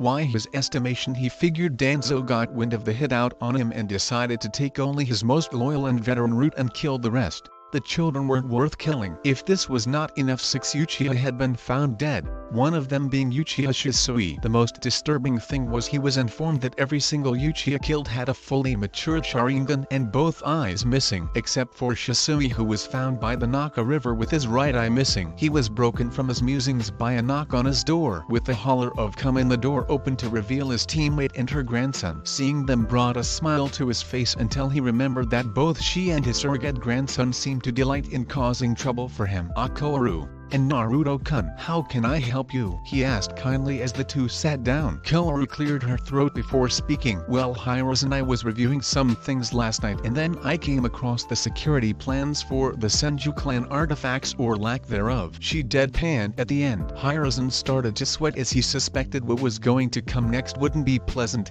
It would cause a lot of paperwork. I was appalled at how lax the security is on such important items. Yeah, Gigi, your security sucks. I bet I could walk right in and take whatever I want and leave without anyone noticing. Naruto interrupted with a bold declaration. Koharu smiled at her grandson's antics. Hiruzen's sweat dropped with a sheepish chuckle because he couldn't exactly disagree. So I would like to give you 2 options, Hiruzen. The first is that you ignore my warning and one or both are stolen, or 2, me and Naruto-chan will take them to the place they are most secure at. We will move into what was meant to be our home when I was pregnant with his father. The Senju clan compound, she declared. Hiruzen sighed in relief as he had meant to ask her about moving into the compound. There were many scrolls there that could help train Naruto, as well as it being the most secure compound in the village. It could repel a boss summoned successfully, so anyone they don't want getting in wouldn't. I believe I like the sound of the second option, Hiruzen replied with wry grin. Koharu grinned back. and then looked at Naruto, who was cheering. Then Hiruzen pulled open his drawer and pulled out a scroll with the Senju clan crest on it. "This should hold all the items you want moved," Hiruzen told her as she took the scroll. "Now, is there anything else I can help you with?" Hiruzen asked. Koharu wasn't surprised. Hiruzen could tell there was something else she wanted. Koharu gave a nod at her teammate's observational skills. "Yes, there is. I am concerned," she began, getting a raised eyebrow from Sarutobi and a confused look from Naruto. "Well, the Senju clan is a very prestigious and well-known clan. That alone would warrant an attempt to kidnap him if they knew there was an heir, simply to restart the clan in their village, if not just outright kill him," she stated, getting an understanding nod from Sarutobi. Naruto looked upset at either prospect, and if knowledge of him wielding them will Kyuten. "Well, you saw what Kumo would do for bloodlines just yesterday," she finished. Sarutobi now had a look of concentration as he tried to think of all the outcomes and solutions. "I believe it would be smart to not let it become public knowledge until he is about to graduate the academy, the very last before making genin," she supplied. Naruto didn't look too happy about not being able to tell everyone how kick-ass his family was. Hiruzen thought it was a good idea as well. "I find that a very reasonable request," the Sandaime replied. "Now Naruto, if you could step out, there are some things I would like your grandmother," he said as he turned to Naruto. Naruto nodded reluctantly and pouted. He waved to them before walking out. As soon as the door was closed, Sarutobi activated a privacy barrier. He looked at Koharu with a grim look. "There are several things you should know of. I will start with the simplest and least worrisome," he began, getting a nod from Koharu. "The Kumo ninja who attempted to kidnap Iwaga Hinata was not sent by the Raikage but rather the Kumo Civilian Council. It seems they wanted to have more bloodlines, especially the Byakugan. However, unlike his father, refused to resort to kidnapping like his father. He would not budge on this ever since he became Raikage, so they took advantage of the recent alliance treaty to pay off the ninja sent to deliver it. As such, I have no intentions of ending the alliance with Kumo, but rather trust that A will take care of this matter on his own accord. He always was one who didn't tolerate treachery, and this is a rather serious one," Sarutobi explained. Koharu nodded. It made sense. She had met the Raikage, and while he was a rather combative man, he was loyal to his comrades. "The next piece of information is worse. Danzo caught wind of the search, it seems. He appears to have fled Konoha with some of his route." What he was about to say was halted by Koharu's angry voice. "What? That bastard got away?" she yelled in outrage. Sarutobi waited for her to calm down before he continued. "What is more, 6 Uchiha were found dead, one of which being Uchiha Shisui. All of them had a fully mature Sharingan. And all of them save for Shisui were missing both eyes. Shisui was only missing the right eye," Hiruzen told her. Koharu paled at this. It was well known Shisui's eyes were special even among Sharingan users. Then she remembered what eye was missing. "Wait, right eye? You think this is connected to Danzo, don't you?" she asked, although it was more of a statement. "Hi. I do. The timing is just too perfect for it to be a coincidence," he replied. Koharu grit her teeth in frustration. Then she remembered Naruto's smiling face and how it felt when he called her Ba-chan. She would let this go. Right now he needed her, and they were a family now, which is what mattered. Her thoughts now turned to the Senju clan artifacts, and she began to grin deviously as she got an idea. "Say, Hiruzen, Kumo Raikages looked at the letter he had gotten from the Hokage earlier that day. That goddamned council had nearly ruined the alliance with Konoha, and could have started a war because of their greed and cause. They figured since his father didn't face any repercussions, they wouldn't either. The dumb bosses didn't realize that the only reason he didn't face any was because they were already at war. Mabi, get me the entire civilian council now," he shouted to his sexer, attractive assistant over the intercom. "Hi Raikage-sama," she replied via intercom. "As soon as I give the signal, come out and kill them all," stated to his invisible ambush guards. It was a half hour before the council members started to file into his office. After the last one filed in, the door closed and unknown to them a privacy barrier was activated, as well as one to prevent them from leaving. Looked the council over. They looked far too arrogant, as if they were humoring him with their presence instead of he demanding theirs. The council had been started to appease civilians who were irritated by all the militarization the village went through after the first Shinobi War. A mistake in his opinion. It started out good, with honest people simply wanting to help the village thrive. Now it had degenerated to fat greedy assholes. "Why did you ask for us, Raikage-sama?" the person in the front asked. "I ordered your presents because I just got a most interesting letter from the Hokage. He says he has the Kumo shinobi sent to deliver the treaty for him to sign in custody for attempting to kidnap the Hyuga clan heiress." He began, watching as they started to show unease at hearing that the shinobi was in custody. He says when they broke the prisoner he admitted to being paid by the Yu to kidnap the Hyuga heiress. Thankfully he was understanding enough to not end the alliance, understanding it was not by my orders, so we are safe there. Here he stopped as they seemed to be relieved, thinking it was over. "However, I don't appreciate you giving any orders missions to my shinobi, but when you do it for something like this, something that could have very well caused war between the Cloud and Leaf." He paused for dramatic effect as he enjoyed seeing them now visibly sweating. "Well, I call that treason, and you know how I deal with traitors and will execute them," he finished, yelling at the end. "We are the civilian council, you can't do the act." One of them tried to shout before being silenced, followed closely by the rest of the council. A sight in relief. They really dodged a bullet here. The Hokage stated in his letter that he trusted him to handle things on his end, which he did gladly. Konoha, the next day, Senju compound training grounds. Koharu watched Naruto doing his warm-ups with a smile. She let him do one more lap before calling him over. "Okay Naru-chan, before we start I want to know if you know how to access your chakra yet," she told him. Upon receiving a nod she continued. "Good,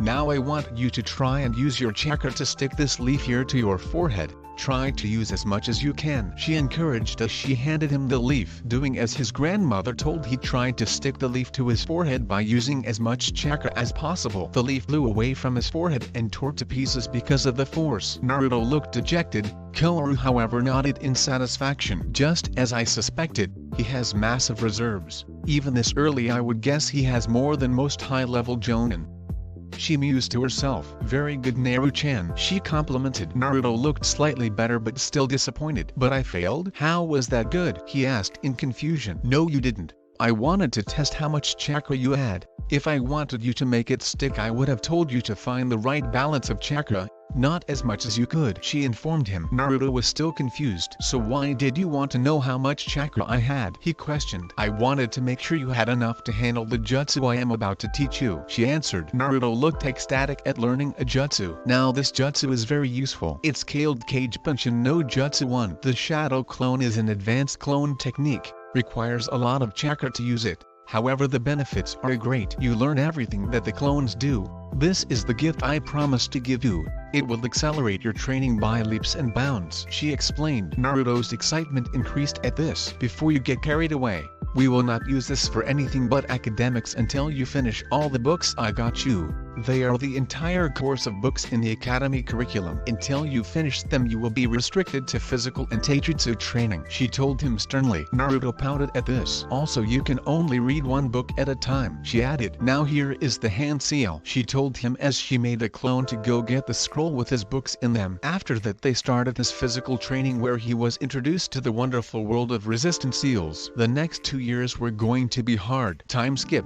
2 years later, Konoha Shinobi Academy. Children were rushing around in the courtyard. All were excited to start training to be shinobi. This class had the most promise in years. Why did it have so much promise? Easy. It was chock full of clan heirs. There was Shikamaru, a lazy boy who liked to watch clouds. He wore his hair in a pineapple style. Shikamaru was heir to the Nara clan. Then they had the Yamanaka Arino. She was a platinum blonde-haired girl who liked to gossip. Next was Choji, a fat chubby boy who loved food. He was heir to the Akimaki clan. There was also Abiram Shino, heir to the Abiram clan. He was a stoic boy who wore a long coat and dark sunglasses. From the Inuzuka clan was Kiba. He was a brash boy with feral features common in his clan. Next was the Hyuga clan, whose clan heir was the shy brunette Hinata. Hinata wasn't very good in her clan style, mostly because she didn't like to hurt people. The Uchiha had 2 heirs, the twins of the clan head, Sasuke and Satsuki. Sasuke was an arrogant child who believed he was the best because he was superior because he was an Uchiha elite.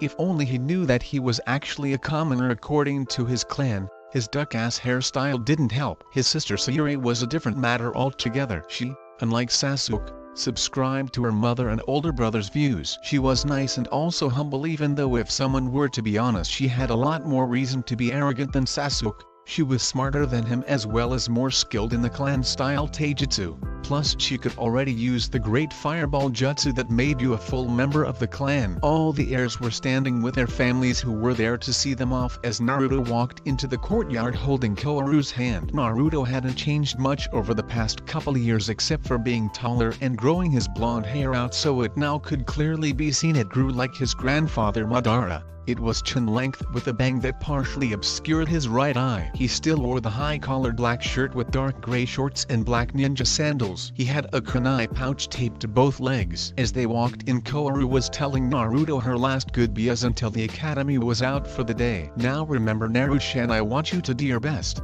If you get top score on the entrance exams today, I will have a training surprise for you when you get home, she promised with a smile. Naruto beamed at this. The last time he'd gotten a training surprise it was a set of books on Finjutsu all the up to the expert level.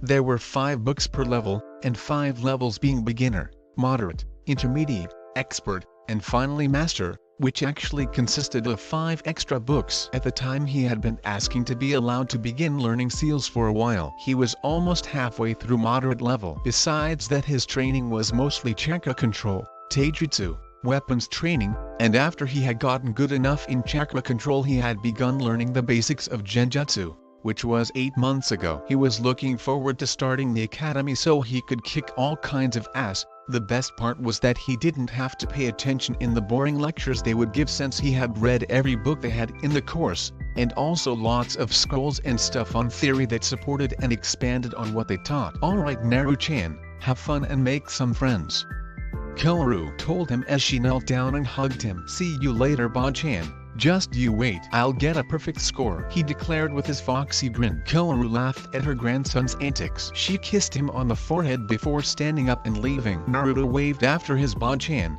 He felt a tinge of sadness. This would be the first time he didn't spend the day with her since he first met her in the hospital. He shrugged it off as a man dressed in standard Chunin attire with a really deep tan and a scar over his nose. He wore his brown hair in a pineapple style similar to that lazy-looking kid that he knew must be a Nara. Beside him was a man with gray hair who wore his Hittite in a bandana style. He too was dressed in standard Chunin attire. Alright, everyone that has been assigned to classroom 401 come with us, the brown-haired one said. Several other teachers came out and said something similar. Once everyone else had gone inside, Naruto looked around casually. He then walked around the building while whistling casually. When he got there he put his foot on the side of the building and walked right up the side. Once he got to an open window on the 4th floor he jumped through it and sat down in a seat in the very back. He put his feet up on the desk and leaned back with his hands behind his head. He couldn't wait to see the teacher's expression when he saw he got here before everyone. A few minutes later the door slid in and the brown-haired one walked in while looking over his shoulder just as he was saying something. Take any seat you want and wait for roll call, he said. Already did that, sensei. What took you so long? Naruto called cheekily. The Chunin whipped his head around along with the gray-haired one and blinked when they saw the onyx-eyed blonde sitting there casually kicking back in the back of the classroom. They did a good impression of Fish at that point. Yo, Naruto said with a wave,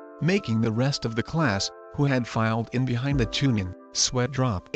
How did you get up here so fast? The brown-haired one asked. Well, you see it's a secret, he answered, getting around to face faults. Once he was back up, the Chunin told everyone to sit down in their seats. A black-haired girl with black eyes walked up the steps and sat down next to him. He discreetly looked her over. She wore a blue high-collared tank top. She also wore some black shinobi pants tucked into black sandals. Her raven-colored hair fell to the bottom of her shoulder blades and held back in a ponytail that left 2 bangs framing her face. He could see a fan symbol on her back. Interesting.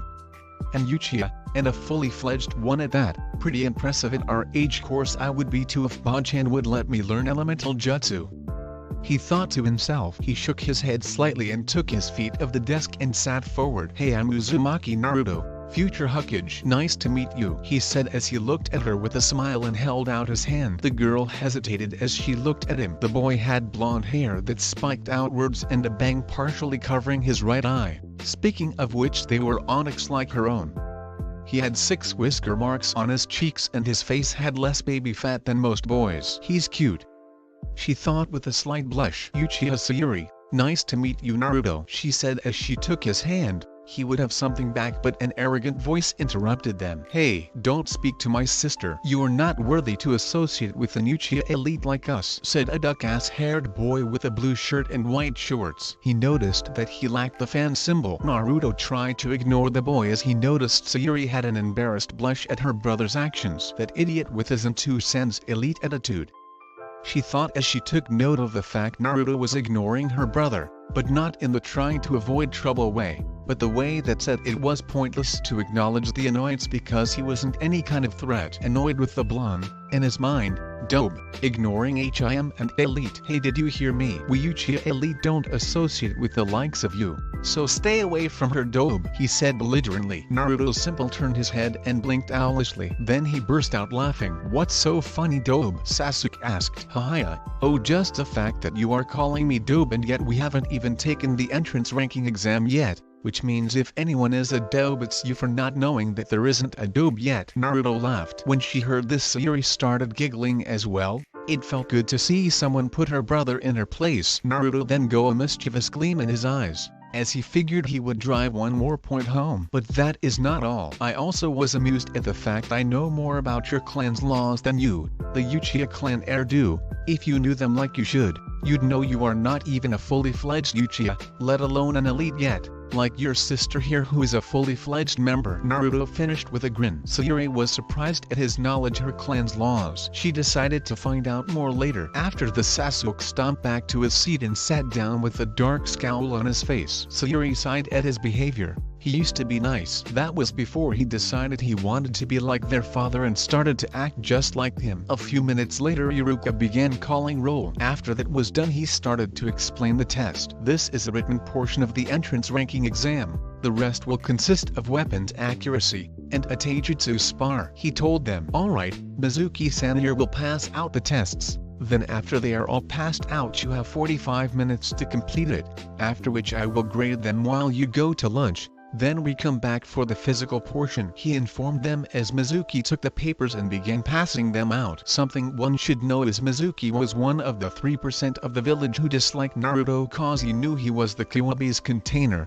or as he preferred Demon Brat. He saw this as the perfect opportunity to mess up his education by putting a genjutsu on Naruto's test so it appeared to be an Anbu level test. He handed Naruto his test with an internal malicious grin. His plan worked perfectly until, "Oi Ashin, what are you trying to pull? You think I can recognize a genjutsu when I see one? My Bajan's the Kamidam Sakaku no Megami one. Bitch, I've been put in better illusions for not cleaning my room. True story," Naruto shouted with indignant rage. Meanwhile the rest of the class froze, either from the shock of what Mizuki tried to do, Naruto's language, or both. Quickly walking up the steps Iruka grabs the test he gains a grim expression as he looks at it. "Mizuki, you better have an explanation," he stated dangerously with narrowed eyes. He knew exactly why Mizuki tried this, and he was pissed.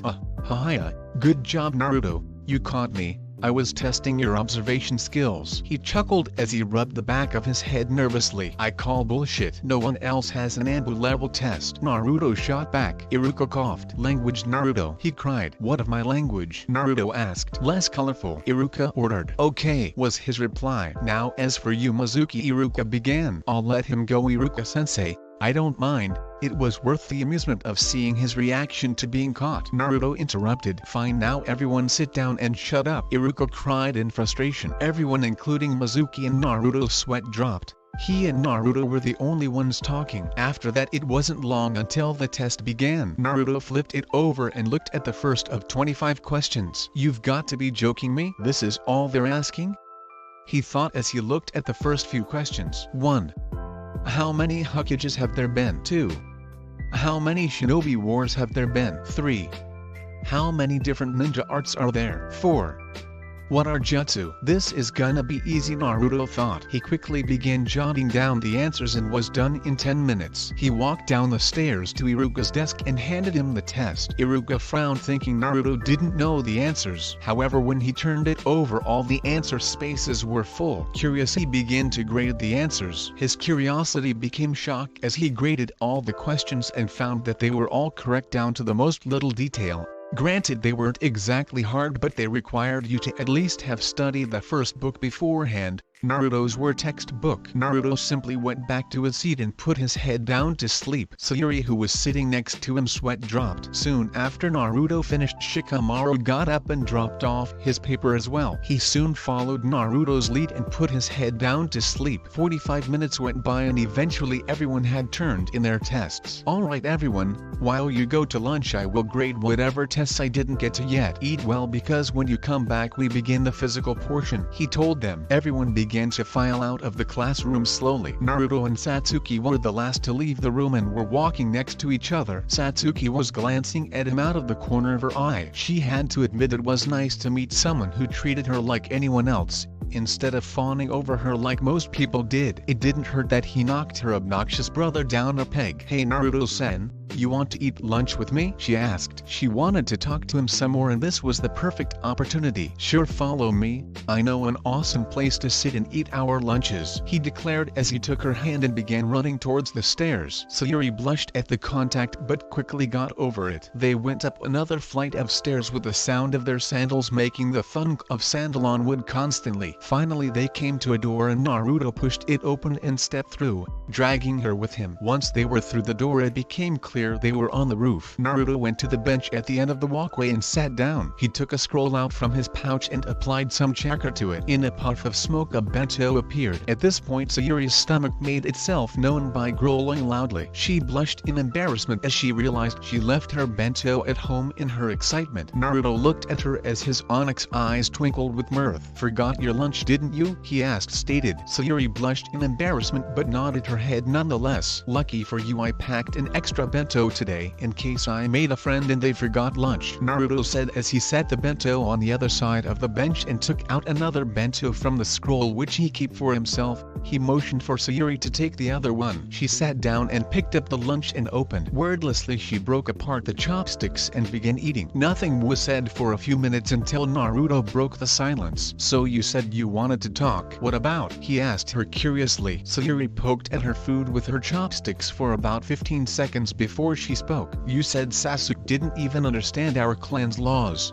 What did you mean by that? Sure, he forgot about the fireball test, but that doesn't mean he doesn't know our laws. Also, you sound as if you know a lot about the Uchiha clan. Is there anything you could tell me they don't teach us as children? Sayuri asked shyly. Well, I'll deal with the easiest first. The fact you have no idea what I meant makes it clear it's not so much don't know, but that the people teaching you your clan's laws and history are actually actively misinforming you to make the clan seem more important. Naruto began, getting a confused look from Sayuri. Naruto saw it and decided to clarify. What I mean is there is actually no members of the true Uchiha clan left in your clan, Naruto stated. What do you mean? I'm right here aren't I? Sayuri asked, slightly angry. Well, that didn't come out how I meant it to. I'll tell you the reason I say this goes back to the early part of the wars between the Uchiha and Senju. There were so few members at the time they were on the brink of extinction, less than 15 members each. To solve this they each gathered up a couple hundred commoners and performed a blood ritual to turn the commoners into Uchiha. Well, half Uchiha.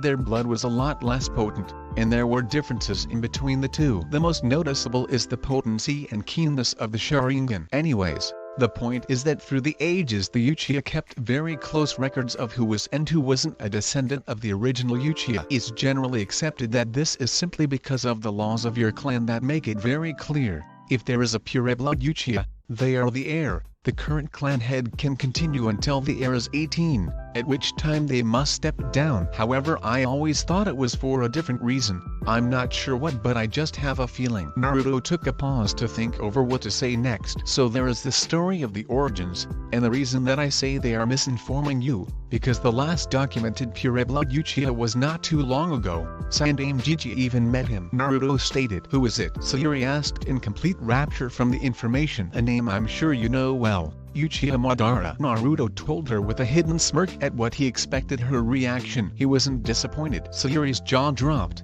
her eyes widened and she involuntarily started to shudder. The Uchiha's most notorious missing nin, the man who challenged Senju Hashirama to a fight for the title Hokage. He was the last true Uchiha. What? That traitor was the last pure-blood Uchiha. She practically screamed at him. Naruto frowned at hearing her call his grandfather a traitor. He was not. Madara had been tricked. He was told that he had the support of the Uchiha to challenge him. Someone even framed him for summoning the Kyuubi, and he figured it was no coincidence that the father of the current clan head was the one to take the title almost immediately after Madara betrayed Hashirama. I swear Gigi, someday they will know the truth, and the pretenders will be seen for what they are, Naruto vowed in his thoughts. Anyways, my point was after that the Uchiha, like Sasuke, started claiming themselves elites. The reason it only happened after Madara was gone, is because that was originally a term used to describe a pure blood descendant. So all those claiming they are elites now are nothing but pretenders. Sasuke will never truly be an Uchiha elite. That is what I found so funny earlier. The title he is so proud of is forever out of his reach and he is completely ignorant to it. Naruto finished with a hearty chuckle. Well, there is one way, but I would never tell him that. He would probably do it just so he could be a real Uchiha, Naruto thought. Meanwhile, Sayuri was giggling hysterically at this. She knew her Kosan and Nisan were right. Well, we better get back to class, Naruto said as he stood up and began walking to the stairs. Sayuri quickly followed. Classroom 401. Everyone was finally back in the class and sat down with Iruka standing in the front of class. Okay, follow me out to the training field, he said before walking out of the classroom. Sayuri was about to follow the others, but Naruto held her back. Come on, my way will be funnier, he said as the last person left. He grabbed her and carried her bridal style over to the window, getting any yuck from her. He jumped through the open window and clung to the wall using chakra. He calmly walked down the side of the building with the terrified girl clinging to him. When they got to the ground, they were already in the training ground, so he set her down. Sayuri was blushing from how he carried her and they walked to the center of the training ground in silence. It was 5 minutes later Iruka showed up with the rest of the class. Hey, what took you so long, sensei? Naruto asked with a cheeky grin. Iruka gained a tick mark on his forehead. Naruto, he ground out. Yo, how do you do that? Iruka yelled. Naruto motioned for him to lean closer, which Iruka did. It's a secret, Naruto said in a loud whisper so all could hear. The class minus Sasuke left at this interaction. Iruka struggled to regain his composure. Okay class, the first part is the weapon's accuracy. Remember, you're not supposed to have to get it perfect. This is just to gauge where everyone is as far as skill, Iruka explained. When I call your name, come forward and throw the shuriken and kunai provided. There are a total of 5 each, Iruka instructed as he began to read names. The civilian kids did poor while the clan heirs did better. Shino, Shikamaru, Kiba, and Choji all scored 7-10. Ino and Hinata scored a 5-10. Sasuke was the best so far as he scored 8-10. He had thrown all of them at once, which impressed most of the class, and it was at this point the males found out that somehow he had developed a fan club over lunch. All of them were screeching at how awesome their Sasuke-kun was. The most loud was a bright pink-haired one near the front with a large forehead. Sasuke seemed smug at his accomplishment as he figured no one would score better than him. Oh, how wrong he was. Uchiha Sayuri, Iruka called. Sayuri walked forward from where she had been standing with Naruto and picked up projectiles. She, like Sasuke, threw all at once. Except different from him, she hit 9-10, and while he hadn't even hit the edge of the targets with his misses, she hit on the edge of the fake human cutout. Sasuke started brooding as he saw he would now have the second best score. He was once again wrong. Meanwhile, Naruto was loudly congratulating Sayuri for getting such a high score. Very good, Sayuri. Now last is Uzumaki Naruto, Iruka called. Naruto grinned as he passed Sayuri on his way to the line in front of the target. Once he got there, he picked up the projectiles and immediately noticed there was something off. These are twice as heavy as they should be, not to mention dull. Gee, I wonder who prepared these ones? He thought as he glanced over to a grinning Mizuki who had a malicious gleam in his eyes. Naruto had an inward smirk as he got an idea. Hey Iruka-sensei, these feel off. Can I use my own shuriken and kunai? Naruto asked as he turned back to Iruka. Sure, I guess, he replied confused. Meanwhile, Mizuki was seething at his plan being ruined once again. Naruto quickly took out the projectiles and threw them all at once. All of them moved at great speeds towards the targets and landed 10 satisfying clunks as all 10 projectiles hit dead center in the targets on the cutout's forehead. Iruka and the male's jaws dropped at him, getting a perfect score. Meanwhile, Naruto heard a sound that had him shivering in fear and filled him with dread. Yoik, go Naruto-kun, you're the best. I love you, Naruto-kun. Back off, he's mine. Naruto was pale as a ghost as he realized he had fangirls. Iruka sympathized with Naruto's plight as he saw the look of horror on his face. Quick, Naruto dashed back to his spot next to Sayuri. This had the bad effect of making all his fangirls glare at her for stealing their Naruto-kun. Okay, with that we will head over to the Taijutsu ring where we will have you face off. Girls against girls and boys against boys. Boys, he told them as he continued walking with the gravel crunching underneath his sandals. The students followed except for Naruto, who held Satsuki back as well. "How in the hell are we getting there early this time?" she asked resignedly. Naruto flashed her a grin. "Like this," he replied as he grabbed her shoulder and performed a Shunshin no Jutsu 3. To the Taijutsu area, which was a good 4 minutes away at the pace Iruka had been going. The Shunshin was a jutsu his grandmother drilled into his head because she wanted him to have a way to get to her quickly if there was an emergency. They arrived in a swirl of leaves and Sayuri felt a slight rush in her head from the speed. A few minutes later and Iruka arrived with the rest, but he didn't know Naruto and Sayuri were there yet. "Yo Iruka-sensei, how's it going?" Naruto asked cheerfully. Iruka once again had a tick mark. He tried hard to keep from shouting, "So tempting, aw fuck it." He took a deep breath and, "Seriously, how the hell do you keep doing that?" he yelled in frustration. Once again Naruto motioned to lean closer, and he did it. Again, "It's a secret," Naruto said in a loud whisper once more. Iruka's face faltered and the entire class minus Sasuke was laughing at the teacher falling for that twice. Iruka got up and calmed himself before he began to explain. "Alright, the first matches. None of the matches were that good until the clan air started going. Kiba and Shino went at it and both showed aptitude. However, Kiba won because his family focused more on Taijutsu. The next was Hinata versus the pink-haired Banshee, as Naruto dubbed her. It wasn't much of a fight. Seeing how her opponent appeared to be shy and timid, the Banshee declared how she would win to impress Sasuke-kun. She charged blindly with a fist cocked back and Hinata quickly used some juken to completely disable her, leaving the Banshee, who Naruto heard was called Sakura, when Iruka-sensei went to help her. Humiliated and nearly crying, Sayuri faced Ino and utterly decimated her using the interceptor fist. Finally there was only 2 left and Naruto was itching to go so he could show his stuff. "Okay, the last match will be Uchiha Sasuke against Uzumaki Naruto," he declared. Naruto walked over to his side where he stood and waited with his hands in his pocket and a lazy expression. He knew exactly how to get under Sasuke's skin so he would make mistakes right from the beginning. Sasuke stepped to the opposite side and had an arrogant sneer on his face. "Ready to lose, doob?" he asked in a tone laced with arrogance. "Again, these tests are designed to rank us, so there is no doob yet, and also I scored higher than you in the accuracy. And since we don't know the written grades yet, that puts me at an advantage," Naruto explained in a voice that one would use with an slow-witted person. As soon as Iruka called to start, Sasuke charged at Naruto with an enraged roar. Naruto watched Sasuke coming into him. He was going very slow. He waited till the very last second when Sasuke's fist was about an inch from his face. He dodged his head to the side and planted a knee in Sasuke's gut. At this point Sasuke was unable to believe he had gotten caught like that. Before he could ponder any further, Naruto used a chop to the back of his neck to knock him out. Naruto sighed as he had hoped for more of a challenge. If only he could have fought Satsuki, maybe then he would have gotten a good match. He turned around and walked back to where Sayuri was standing and couldn't help but smirk as he saw she looked amused at seeing her brother get taken down so easily after all his boasting. "Winner Uzumaki Naruto," Iruka said, slightly stunned at how fast it was. With that the class began to walk back inside.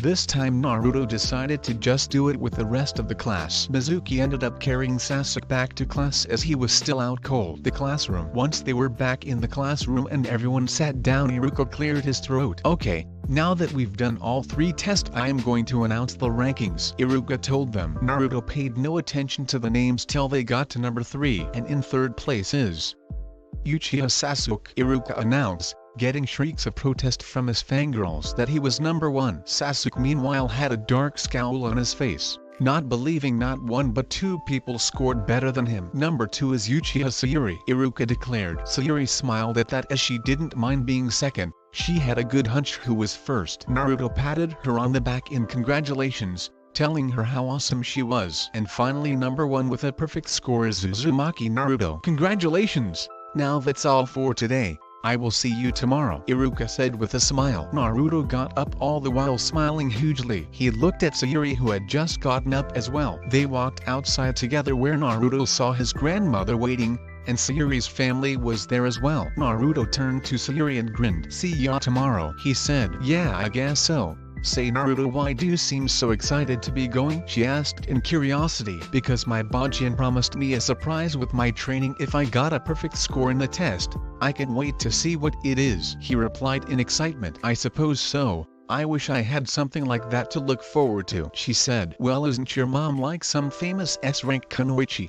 Why not ask if she could teach you something? Naruto asked curiously. Sayuri perked up at this. Her mother would teach her something. With a smile she said thank you and ran over to her family, more specifically her mother, and began talking to her excitedly. Meanwhile Naruto ran to his grandmother with the Uchihas. Makoto was having a normal day. She had been retired from being a kunoichi when the twins were born, so she had a pretty normal life now. She was excited to see how her children did on their first day. Sasuke had already come out and opted to speak to his father instead of her. They were standing a few feet away speaking in whispers. Fugaku seemed upset, so she figured he didn't do as good as Fugaku expected. She looked back towards the door and saw her daughter walk out next to a blonde boy with hair that spiked outwards and a bang partially covering his right eye. For some reason he looked familiar to her. Her daughter and the blonde were talking, and she noticed he seemed very excited as he spoke to her daughter about something. Sayuri looked slightly depressed and said something to the blonde. The blonde said something back, and then her daughter looked excited as she noticed they had been looking over at her. Wonder what that's about?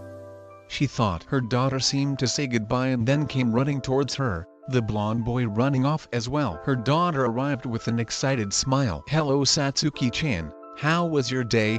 You seem a bit excited, she said. It was cool. I met this boy Naruto. He's cool. He knows a lot about the clans, and he's really strong too. He got first place, I got second, but the really funny thing was when he sparred against Sasuke, he beat him like it was nothing, and even after Sasuke went through that whole ready to lose thing and all, Sayuri told her in an excited voice. Meanwhile, as soon as she heard the name Naruto, Makoto was only half listening, as she looked over to the blonde-haired boy. I wonder, she thought. Then the boy turned their way and she looked into his eyes and noted for the first time that they were onyx-colored, an odd color for blondes. And Naruto kept doing this funny thing to mess with Iruka-sensei by getting there before everyone else, and then telling sensei how slow he was. Sayuri told her with laughter in her voice that cinched it for Makoto. He was definitely who she thought he was. His mother liked to rile up the teachers as well. Pulling her attention back to her daughter, she laughed at what she told her. He sounds like a nice boy. Is he the blonde you came out with?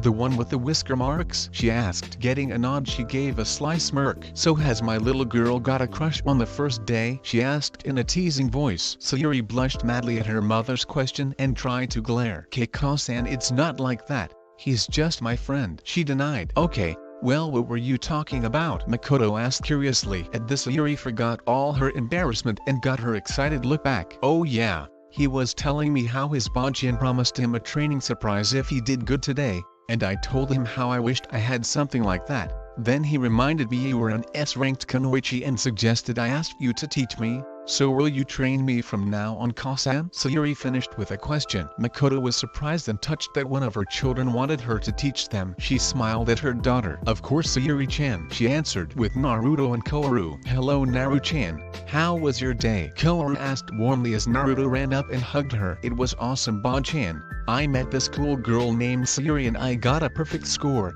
So can we go train now? He said, slightly begging at the end. Koharu chuckled as she heard her grandson speak excitedly, although she took special note of the part about a girl. A girl you say? Was she the one you came out with? Koharu asked as they both looked over to the Uchihas. Yep. Now can we go to the training ground? Naruto asked slightly impatiently. Alright, come on Naru-chan. Koharu conceded as she took his hand and they began to head back to the Senju compound. Senju compound. Training ground. Koharu a few feet in front of her grandson who was trying and failing to control his enthusiasm. She smiled fondly at him. In the past 2 years since they began training, he had not once complained about the training that would give a chunin pause. Even after doing grueling workouts for 6 hours, mentioned something new and he was right back to being full of energy. Okay Naru-chan, today I am going to explain elemental affinities. She began. What I mean by this is that we ninja can use chakra to control the elements. However, we are each born with an affinity towards at least one affinity. Some have more than one, she explained. Now the reason I said affinities for you is because we know you have at least 2. However, this could simply have been because of the Mokuton gene in your blood activating, meaning the affinities that make it up were simply added to the one or ones, as it may be. that you were born with. She told him. Now Naruto was really excited. He could have more than just 2 affinities. He could have 3 or even 4. So how do we test my affinities, Ba-chan? He asked. With this, she answered as she took out a couple pieces of paper. This is chakra paper. You channel chakra into it and it shows your affinity. She explained as she took one of them and handed it to him. It shows you by its reaction. If it burns, it's fire. If it crinkles, it's lightning. If it becomes damp, it's water. Crumbles, it's earth. Finally, if it slices, it's wind. She told him as she channeled chakra into the paper. The paper split 3-way. The first part burned, the second got damp, and the third crumbled a little bit. As you can see, my primary affinity is to fire, while I also develop secondary affinities to water and earth, she said. Naruto was happy at the sense she could help him with his own water and earth affinities. Now you try, she urged. He immediately channeled his chakra to the paper and the result was unexpected. First it crumbled into a ball the size of a golf ball, then the ball had 3 different reactions. 1/3 burned practically to ashes, another became extremely soggy, and the last crumbled away into tiny flakes. Well, that is interesting. It would appear originally you had an lightning affinity comparable to Tobikun's water affinity, and unusually strong for affinity, not quite as strong as the lightning, but still very high nonetheless. Finally, the expected water and earth affinities, which are slightly stronger than normal, but nowhere near your originals, which proves my theory they are purely from your Mokutan gene. Koharu mused. Well, make me 80 shadow clones, 20 to practice each affinity, she commanded. Time skip, 2 years, Konoha streets, near clan districts. Naruto was walking back to his clan's compound, which was ironically right on the other side of the lake near the Uchiha compound. Ironic because the clans were once bitter enemies and now were neighbors. So it was understandable that as he was walking back from the shinobi store to get some new cloths and also some supplies for sealing, of which he had now advanced to the intermediate level, almost at the end of said level. He was enjoying the night and reflecting on the past 2 years since the academy started. In the 2 years, Sayuri had become his best friend and they were still ranked as they were at the beginning, which meant if it continued he would be Rookie of the Year and she would be Kunoichi of the Year, putting them in the same squad, which would be awesome in his opinion. He then thought about her brother, the twin that is. Sasuke was, in one word, an asshole. His attitude never changed. He constantly put others down and then sulked when someone was better than him at something, which with him and Sayuri in class was just about everything. Sayuri had continued training with her mother and in the 2 years had awakened her Sharingan, which infuriated Sasuke since now he was the only one of his siblings to not have awakened it. Anyways, she had become very skilled in Katen Jutsu, as well as becoming pretty proficient in Genjutsu. That along with learning the Karimi no Jutsu 4, she was turning into a mini Makoto. Naruto then remembered meeting Makoto for the first time. It was interesting since his mother was her best friend, and vice versa. Flashback.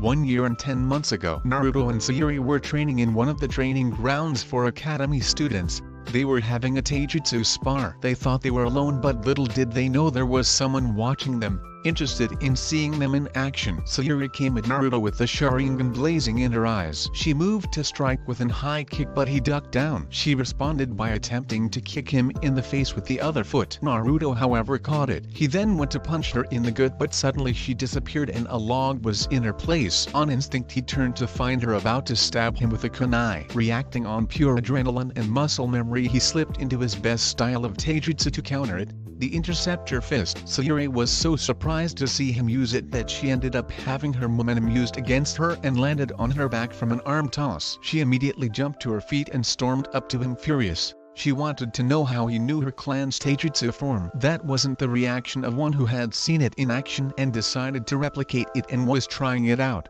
No, that was the reaction of someone who had worked at it for years and was very good in it. How? She began in a pensive tone, ominously quiet. Naruto got nervous at this as he knew he needed a good explanation, otherwise he was in it deep. How do you know my clan's taijutsu style? She screamed. Naruto was fumbling for an excuse when they suddenly heard laughter from the edge of the clearing. That's easy, Sayuri-chan. He knows it because his mother was an Uchiha, isn't that right, Naruto-kun? Said a laughing Makoto as she came out of the tree line. She was dressed in training clothes consisting of a high-collar black shirt with a Uchiha crest on it, and black ambo pants. Hi, that's right.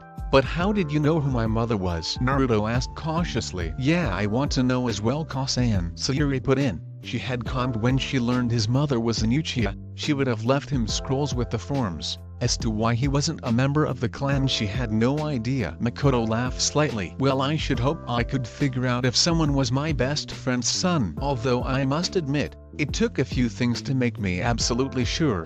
The first clue was your name, as she was always fond of Jiraiya-sama's first book, and said if she had a son she would name him after the main character. The second clue was your talent for pranking and annoying the teachers, but what really sealed it was your eyes and the way your hair grows out, just like your grandfather, she told him. This got two reactions. One was a shock at the fact she was a friend of his mother's, and also because she knew who his Uchiha grandfather was. The second reaction was of confusion from her daughter. Why, you were a friend of my mother's? And you know who my grandfather was? He asked in shock. Well, let's sit down so we can talk, she replied as she sat on the ground with the other two doing the same in front of her. The answer is yes, she was my friend. My best friend, as I said. Makoto giggled. Okay, but how do you know who my grandfather was? He asked, slightly suspicious. Before she would answer, Sayuri cut in. I don't get it. Why does it matter how she knows who your grandfather is? Is it some big secret? Sayuri asked. First off, it matters because of how few actually know, as well as because of who he was.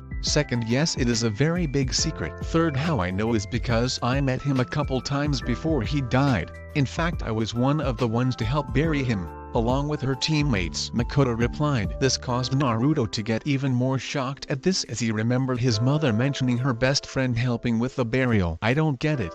Who was his mother? And for that matter, who was his grandfather? Sayuri questioned. Well, Naruto-kun's mother was Konoha's Karasu no Ojo, Uchiha Hitomi. As for his grandfather, she was interrupted by Naruto holding his hand up as he wanted to be the one to tell her. I've actually told you about him before. Well, in an indirect way. He was part of the first story I told you, Naruto told her. Sayuri racked her brain to think of that story and who it might be. Then she remembered a particular part of the story. He was the last documented pure-blood Uchiha. Last documented pure-blood Uchiha. Uchiha Madara, she said breathlessly. Then she did something unexpected. She laughed. What's so funny? Naruto asked, slightly annoyed. Haha, I just finally realized why it ticked you off so much. This Sasuke was claiming to be an elite. She laughed. He couldn't help but chuckle sheepishly as he rubbed the back of his head. Makoto started to giggle as well. After that, they spent some time talking before they finally went their separate ways. Flashback end. Naruto was broken out of his trip down memory lane when he noticed something odd. He was passing the Uchiha compound, but there weren't any lights. Before he could ponder further, he heard a scream from within the compound. Quickly using a trick his Bachan taught him, he searched for any particularly large chakra signatures.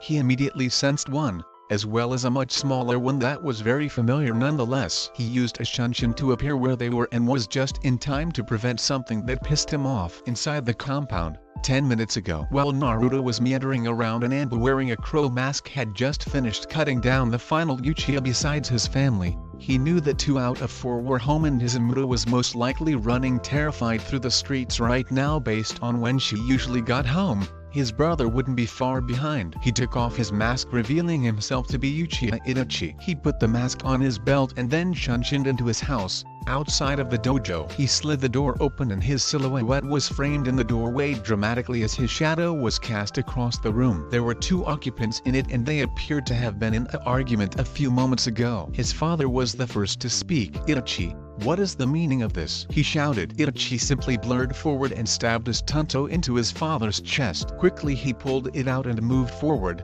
stabbing his mother through the heart, or so he thought, until she burst into a flock of crows. Then he felt a kunai at his neck. Did you forget who taught you Sochi? Makoto asked. Indeed I did not, although I had hoped time had dulled your skills. Itachi replied. No, it hasn't, she exclaimed as she spun and blocked the tanto with the kunai. The Itachi behind her burst into a flock of crows. Impressive. Even without the Sharingan you saw through it, Itachi replied. After that he disappeared in a puff of smoke. Then Makoto's chest. Once again she burst into a flock of crows. This disturbed Itachi greatly as she shouldn't have been able to detect it was a clone. Then it hit him like a slap in the face. Of course, he muttered before pulsing his chakra just in time to see a kunai going towards his chest. He deftly knocked it away and moved inside her guard, stabbing her through the stomach. This time nothing else happened. He knew she was as good as dead, so he simply yanked out the blade and caught her before gently lowering her to the ground. I'm sorry it had to be this way, he whispered. He then stood up, but then he felt a hand grip his ankle. He looked down to see his mother gripping his ankle tightly. Please,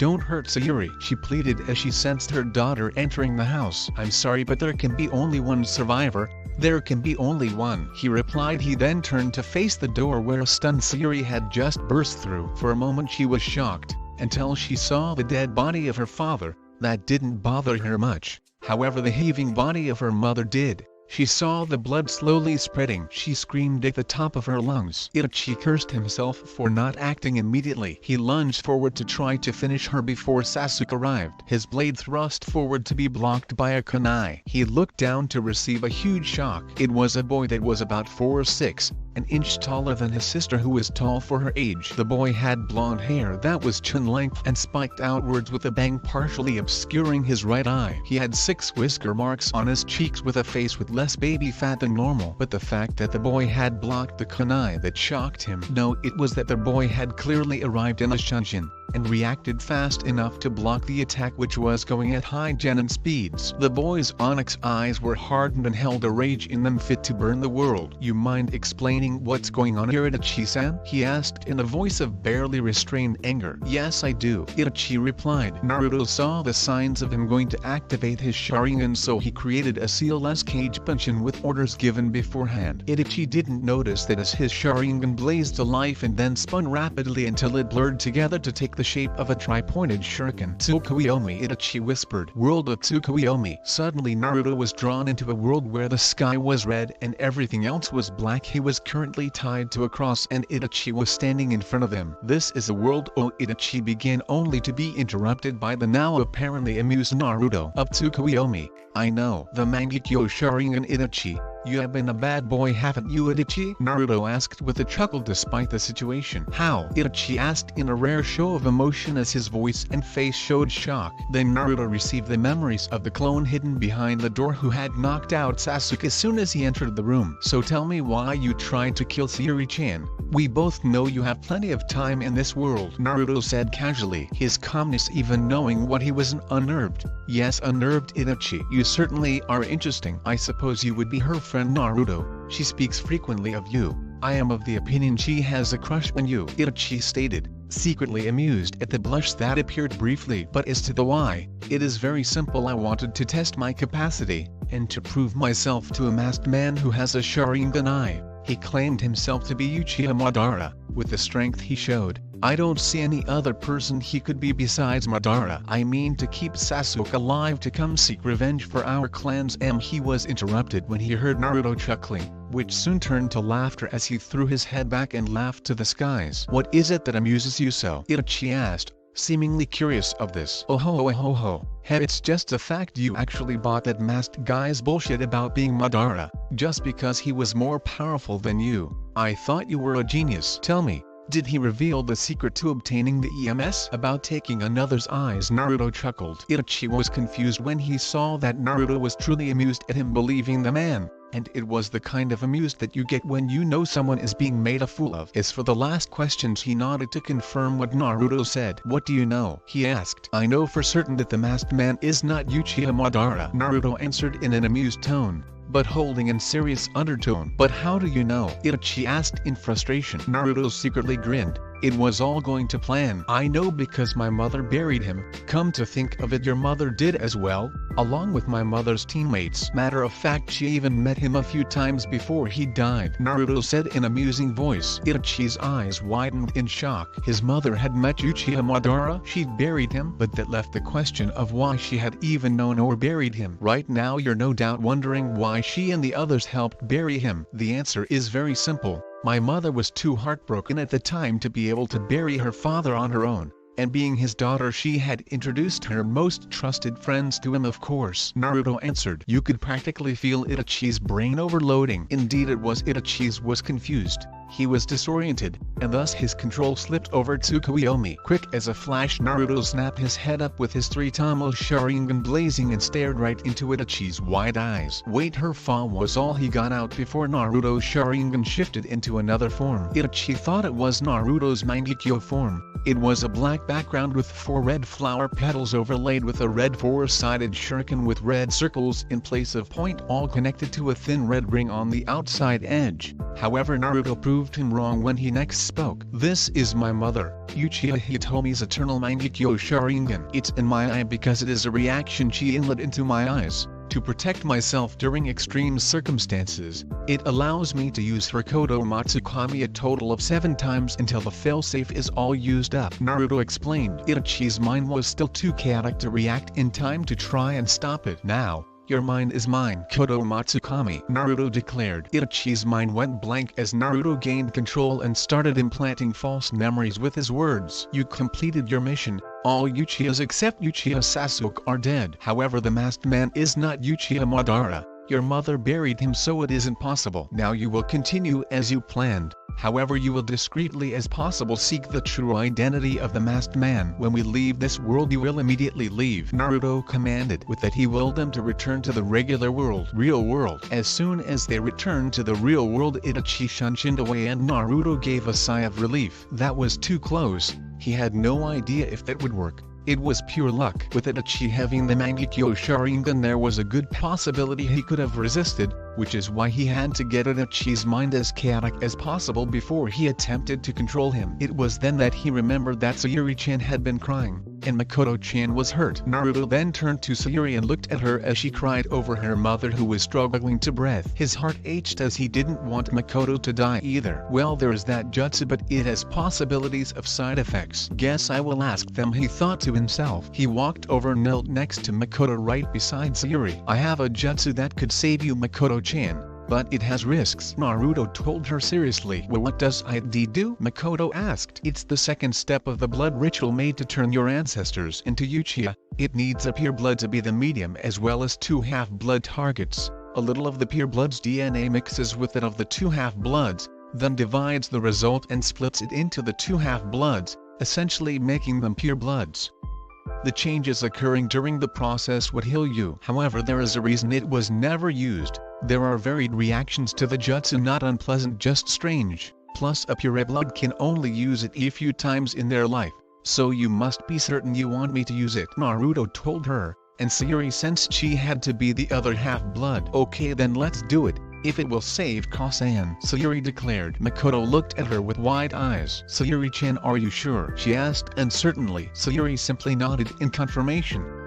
As soon as he saw that, Naruto took the kunai and made a light gash on Sayuri's arm before beginning a long and complicated set of hand seals that had been drilled into his head by his mother. It took him 4 minutes of precious time before he finished. As soon as he did, he immediately made a cut on both palms and placed them over Makoto and Sayuri's respective wounds. There was a blue glow that came from the sites of contact. For 10 minutes they simply sat waiting as the changes happened. Over the time the females had been surrounded by a blue light. After 15 minutes since it began, the light faded and it left him able to see the 2 girls. For that's what they were. Sayuri looked the same. However, Makoto was a different story. Before she had been 38 but looked 30. Now she looked to be about 17 if he had to guess. Her bust and backside were the same, which made him blush thinking about it. However, her waist, which had gotten just a little bit thicker over the years and after 2 times of giving birth, now it was very slender again like he imagined it was before that. It appeared one of the side effects was to aging. He figured most likely it's because the DNA needed to integrate more with her since it had to try harder to repair the damage done by Itachi's Tato. The girls looked around slowly as Makoto sat up and looked at Sayuri. Sayuri looked blankly at her mother. She slowly pointed at her. "You look young now," she said dumbly. "You're not the best choice of words." Makoto gained an angry tick mark. "Are you implying I looked old before?" she asked in a sickly sweet voice. Sayuri quickly backpedaled as she realized her mistake. No, you don't understand. I meant you look like 17 or something," Sayuri said. Makoto smiled at that. "Oh, okay. Wait, what, 17? She asked. Naruto wordlessly passed her a kunai to look at her reflection in. Makoto saw herself at 17 staring back at her. "I suppose this is one of the side effects?" she asked. "Yep," Naruto replied. "Shockingly, I can live with it," she joked. Naruto smiled at this. "Well, I guess we should go see Gigi and tell him what happened," Naruto suggested. "Sigh, I'm afraid he probably already knows," Makoto stated with a depressed sigh. "Why would you say that, Kosan?" asked Sayuri. "Because the Uchiha were planning a coup d'etat. I tried getting Fugaku to see reason that it wasn't going to work, but he refused to listen. It would have commenced soon. Itachi probably volunteered for the task when the idea was brought up. The little fool also probably decided to leave Sasuke alive to have him seek revenge. Makoto told them. They were shocked to hear that the Uchiha planned something like that, and agreed with the result that occurred. I wonder how shocked Itachi will be when he finds out that you two are alive and he failed the mission technically. Why doesn't he know about it? Makoto asked in confusion. Well, I got him hooked wanting a piece of info I had, then tricked him into torturing me for it so it would awaken my Mangekyo. My mom set up another trap in my eyes to allow me to use the Kodo Matsukami 3 times prior to getting the EMS, to use for really hard situations. It only became available when I had awakened my Mangekyo, so I made him do just that. Naruto explained. Makoto made an "oh" sound as she realized what happened. So what did you make him believe? She asked, with Sayuri paying close attention. I made him think he simply tortured me and then completed his objectives, but since he let slip about a masked man claiming to be my grandfather, who I assume was the one who tried to do that to my father, I implanted suggestions to make sure he should be cautious with him and that he was not Uchiha Madara. He told them. So do you have any idea who the man is? Sayuri asked. No, but I now know for sure it's a half-blood. He told Itachi way for him to avoid going blind and to obtain the EMS he had to do what he, Uchiha Madara, did. Take a sibling's Mangekyo eyes and implant them. Only the half-bloods who didn't know about the advantages of being pure blood was. He explained. Well, like you said, let's go see Hokage-sama, Makoto said as they stood up. Naruto made a cage punch-in to carry Sasuke. Chapter 3.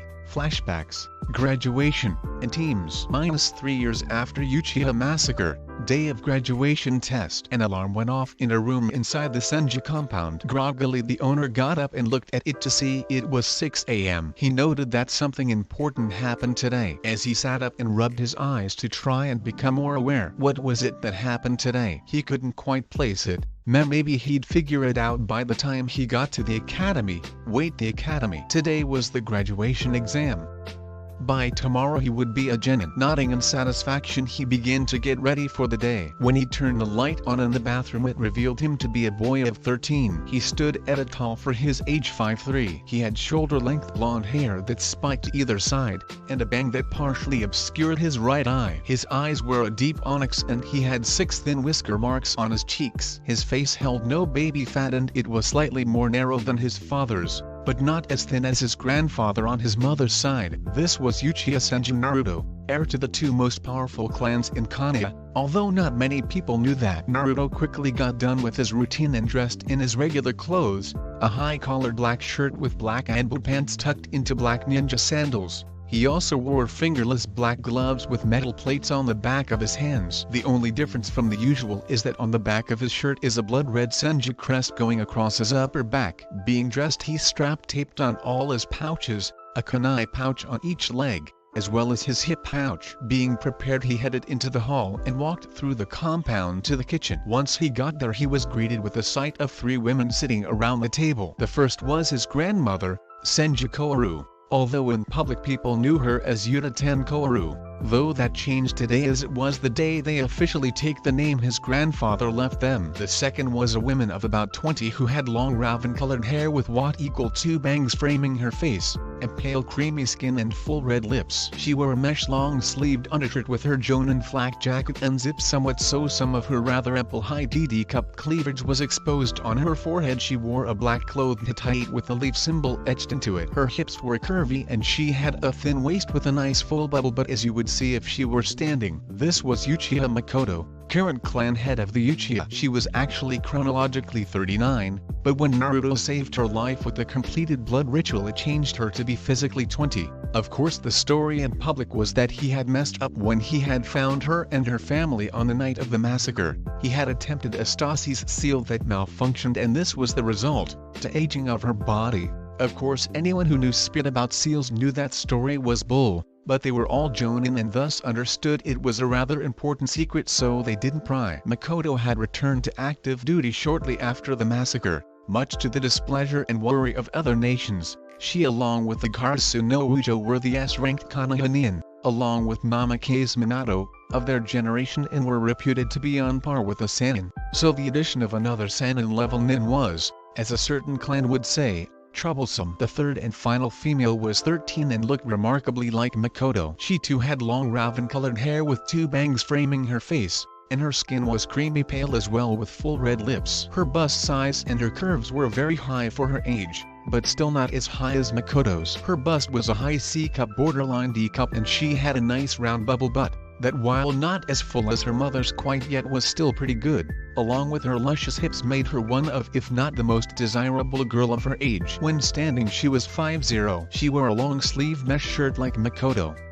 Over it was a high-collar, black midriff-bearing shirt that accentuated her cleavage. The shirt went to a couple inches above her belly button and the sleeves went to her mid-bicep. On the back was an Uchiha clan crest. She also wore tight black bike shorts that accentuated her curves and ended about mid-thigh. Over the shorts was a mid-thigh length black skirt with slits cut in the side for maneuverability. For footwear she wore knee-high black high-heeled ninja sandals that ended just above her knees. Like Naruto, she wore metal-plated fingerless gloves, except hers went to just below her elbows. This was Uchiha Sayuri, only daughter of Uchiha Makoto. Now one might be asking something like, what are 2 Uchiha doing at the Senju compound? The answer was simple. Since the Uchiha compound was about 2 times as large as the Senju compound, which was mad in the fashion of combining old Japanese-style outer architecture with more modernized interior, the 3-story main house was surrounded by 2-story houses that wrapped all the way around it. Makoto admired the Senju clan compound, and since she knew Naruto would be uniting the clans, she took all Uchiha symbols and scrolls and such and put it in the Senju compound. Then she had secretly sold the Uchiha compound to the Hokage and used the money to purchase materials to expand the Senju compound. And with the help of Naruto and Koharu spamming Kage Bunshin because of the massive reserves they inherited from her Uzumaki father, they had managed to get them done, so now the Senju compound wouldn't need to be expanded in only a couple generations. Now that still doesn't answer why they left the original Uchiha compound in the first place. The reason was, as soon as Sasuke had heard they weren't going to try to get revenge on Itachi, he had refused to live with them and been given an apartment near the academy. So they decided to go live with the 2 Senjus in their compound after making sure all the Uchiha library and any other Uchiha possessions were moved behind the, admittedly, much more safe walls of the Senju compound. Now back to Naruto. He entered the kitchen and got himself some of the bacon and eggs his grandmother had made and sat down after getting a glass of milk. As soon as he sat down, Koharu turned to him and smiled warmly. "So Naru-chan, ready to graduate today?" she asked him. "You bet, I can wait to graduate. Then I can finally be a ninja, and I'll be able to use my real name," Naruto declared. Sayuri and Makoto giggled at Naruto's declaration. They understood how he felt. "Yeah, I can't wait to graduate as well. Naruto-kun is sure to get Rookie of the Year, and I'm sure to get Kunoichi of the Year as well. And with her having missed 2 years, Yakumo-chan is going to be the so-called Dobe of the Year, even if she could kick even Sasuke's ass in an all-out fight. What with her genjutsu skills that are only enhanced by her great taijutsu skills, and she has been showing signs of being talented in ninjutsu as well," Sayuri said enthusiastically. Naruto at that point remembered how he had met Yakumo, and subsequently helping her with both her problems. Flashback.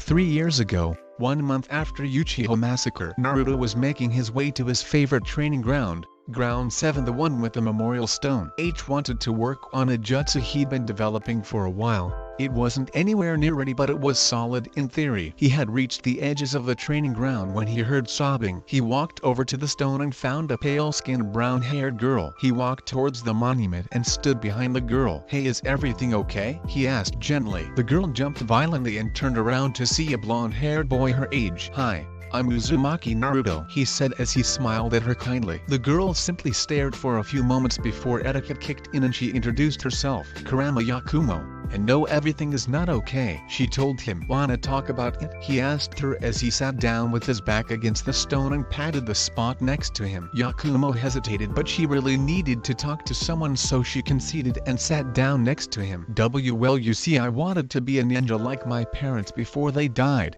and I had so much talent in genjutsu that they gave me a private tutor, the genjutsu mistress of Konoha Kurenai. She began. Well, she trained me for 6 months, until out of the blue she just told me I couldn't be a ninja," she said as she began crying at the end. leaning on him unconsciously for support. SHSH, she said that she was going to seal off my P powers tomorrow. Yakumo said as she finally broke down and started crying uncontrollably on his shoulder. He wrapped his arms around her and gently rubbed her back as his mind was moving a mile a minute. He finally came up with a conclusion for why this Kurenai would seal her powers. Yakumo-chan, can I ask you a sensitive question? He asked. Yakumo blushed at the affectionate suffix but then just nodded. Your parents, did they by any chance die in an accident, like a house fire or something? He asked carefully. Yakumo froze. How did he know that? Why yes they did. How did you know? She asked. I didn't, it was just a guess that worked with the theory I had on why Kurenai was sealing your powers. Come on Yakumo-chan, we are going to the Hokage's office. But first he asked where Kurenai lived. She was hesitant but told him he sent a clone henge as an ambush to get her to the Hokage's office. With that he shunshined away with Yakumo. Hokage's office. Naruto and Yakumo appeared in a shunshin in front of a shocked Hokage. They were standing in front of the left side of his desk, and Naruto still had an arm around Yakumo's shoulders to comfort her. Sarutobi blinked a couple times. He took a pull of his pipe. He slowly exhaled. He opened his mouth to speak when suddenly another shunshined into the room. She was a beautiful black-haired woman and she wore a strange bandage dress and kimono top with only one sleeve. She wore bandages on her arms and thighs and had a mesh undershirt on under the red kimono top. She took in the other occupants of the room. Before she could speak, the blonde beat her to it. Greetings Kurenai-san.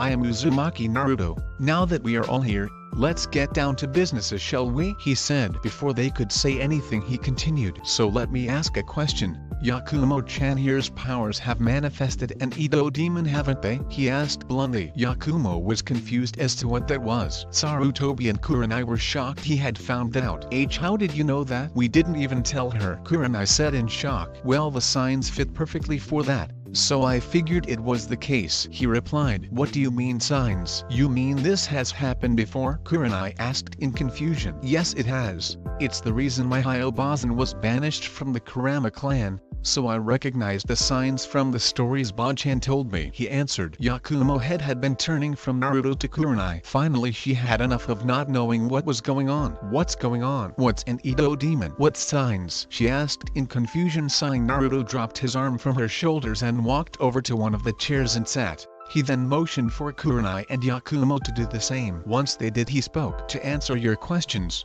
what's going on is that these two were hiding the fact from you that you had an Edo demon in your mind. They were going to seal it with nobody knowing about it. Second, what's an Edo demon? It is a demon made of all our darkest desires and base instincts that forms in very rare cases, such as yours, where your powers gave it life, he explained, as Yakumo's eyes widened. Meanwhile Kurenai and Sarutobi were worried that her powers might go out of control now that she knew. As for the signs you see, in the Kurama clan sometimes people are born with an abnormally strong form of the powers of their genjutsu bloodline. These powers are so great that they can't be controlled by the person when they are young, so to compensate, an entity that is born from the powers, the Edo demon. As for the signs I mentioned, there was the fact you are a Kurama, then the very high talent in genjutsu, and finally the last pieces was your parents' death and Kurenai-san meaning to seal your powers, he told her. Yakumo was wondering what her powers had to do with how her parents died. Tell me,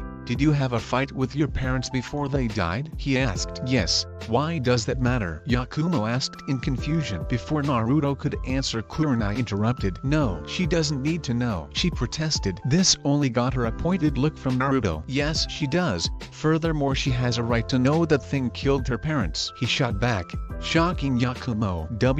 What? The Edo killed my parents, all because I had a fight? So is it my fault? She asked in despair. No, it most certainly not your fault. It's made up of your darkest desires and carnal instincts. Nobody could hope to control that, especially without knowing it exists, he said as he shot the other two a look.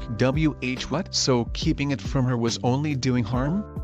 They thought. Anyways, The point is I have a better idea than they had for how to deal with it. He said. This got interested looks from everyone. And how would this be, Naruto-kun? He asked in curiosity. The same way my Hyoji-kun did, he replied as he stood up and walked to the center of the room. He then flashed through a long series of hand seals and all of a sudden a large ceremonial throne big enough for Yakumo rose from the floor. Sarutobi recognized it instantly while the other two were confused. What was the throne supposed to do? Sarutobi fought the urge to face palm at his stupidity. It was so simple and brilliant. I see you know what it is, Gigi. For the other two I will explain. This is a throne for sealing. It is used for this particular seal, the Hakuin. The Hakuin was originally designed to hold anything, even the Kiwabi. My Hyoji-kun used it to seal my Hyobazan's Edo demon. The advantage is while Ibiyu could have a slight control of its chakra and power still, the Edo is too weak for that. The seal will let you have complete control over Edo, and unlike the other method Kurenai would have used, this way it can eat away at your mind. Although I doubt Kurenai knew that would happen. He finished his explanation as he unsealed a bottle of ink and a brush from his wrist. Okay, I need you to get on the throne and lift your shirt up so I can have access to your stomach to draw the seals, he told her. Yakumo nodded meekly. That was the day he made his second of his two best friends. Flashback end. Naruto smiled at the memory. Since then Yakumo had joined him and Sayuri as their friend and the three were near inseparable. They discovered after the sealing that the Edo was what had made Yakumo physically weak from its constantly draining her to gain power. After that her physical health improved and within a month of intense physical training with Naruto and Sayuri, she had been able to join the academy. Naruto looked to Sayuri. You ready to rock them? He asked with a grin. Sayuri grinned back to her best friend and if she was honest crush. After all, her choice of clothes that she had just begun to wear today were meant to catch his attention. She knew she would have to share him, although he had no idea yet. He was in the CRA as soon as he would become heir to two nearly extinct clans. Her mother had told her that. She was actually glad as it would take the pressure off the civilian council off her and her mother. They had been hounding them to either get arranged marriages or be part of a breeding program. You bet. Now let's go, Naruto-kun, she shot back. They both got up and hugged Koharu and Makoto. Although if one were to look at Makoto closely she was slightly blushing at the contact. They then both performed a shunshin to appear in their classroom at the academy. Iruka still hadn't figured out how they always got there before him when he always waited in his office staring through its window each day before class began. Sure enough, Iruka arrived a few minutes later. He heard the customary yo from Naruto and saw him and Sayuri there waiting for him.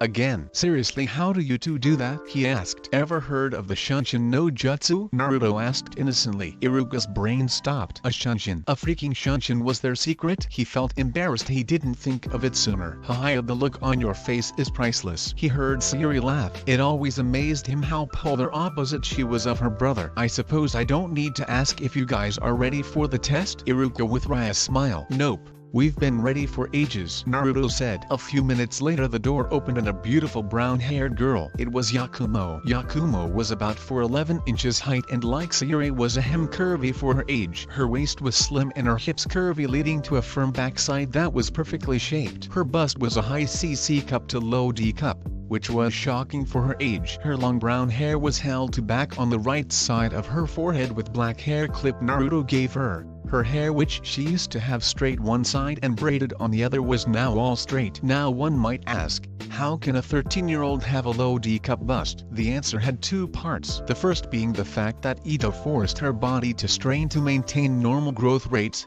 and once the restraint was removed her growth rate skyrocketed. The other was the reason so many powerful kunoichi had large breasts. The better chakra circulates, the healthier your body was. So those kunoichi who were powerful generally had larger sized chakra reserves. So the larger the reserves, theoretically the larger the breasts. And when training with Naruto, one's chakra reserves tended to go big or go home, so needless to say she had enough chakra to power 10 kg Bunshin. As for clothes, she wore an interesting black long sleeve top that only covered to her upper arms and the underside of her breasts, and hugged closely to her stomach. A mesh armor shirt underneath covers slightly more than the shirt. Imagine the top half of Mai's dress only black and without a zipper. On the lower half of her body she wore black mid-thigh biker shorts and a mid-thigh length black skirt with slits on the side. Her sandals were the same as Sayuri's knee-length black high-heeled sandals. On her hands she wore fingerless gloves with metal plates on the back like the others, Hers were the same length as Naruto's. Yakumo smiled as she saw her friends in the back row and made her way to them. Sitting down on Naruto's other side, she too had picked the clothes she wore to get Naruto's attention because, like Sayuri, she remembered the day Sayuri had talked to her about it. Flashback. Yakumo and Sayuri were studying some of the academic work for school inside Sayuri's room at the Senju compound. It had been a year since they met and were the only female friends each other had since all the rest were fangirls. "Hey Yakumo, can I ask you something?" Sayuri asked, almost was that timidly. "Well, you just did, but go ahead and ask another." Yakumo joked with a giggle. "Do you like Naruto-kun? I mean like him?" Sayuri asked with a slight blush. Yakumo went beet red as she heard this. She couldn't believe Sayuri noticed how she felt about Naruto. Of course she knew that Sayuri had a crush on him as well. However, she didn't want to mess with their friendship by telling her. "Why, yes I do. Does this mean we can't be friends since we both want him?" Yakumo asked sadly. Sayuri simply chuckled. "No, it doesn't. First, we are not Sakura and Ino. Second, we can both have him. After all, he is going to have more than one wife." Sayuri told her. Yakumo's eyes widened at this. What did she mean, more than one wife? Seeing her friend's confusion, Sayuri grinned. "Have you ever heard of the CRA?" she began. Flashback end. Yakumo and Sayuri had since then been planning on telling Naruto how they felt but hadn't quite got to it. They were planning to wait for him to learn about the CRA first. They sat there and chatted as students began filing into the classroom. Eventually almost all the students were there when they heard a stampede coming down the hallway. The door burst open and in ran a panting Haruno Sakura and Yamanaka Ino. "Ha, take that forehead, I got here first." She cheered. "As if Ino pig. I had to look back to see you. I get to sit next to Sasakun." Banshee Sakura screeched at the top of her lungs. "Oi, Ino," quite provoking the Banshee.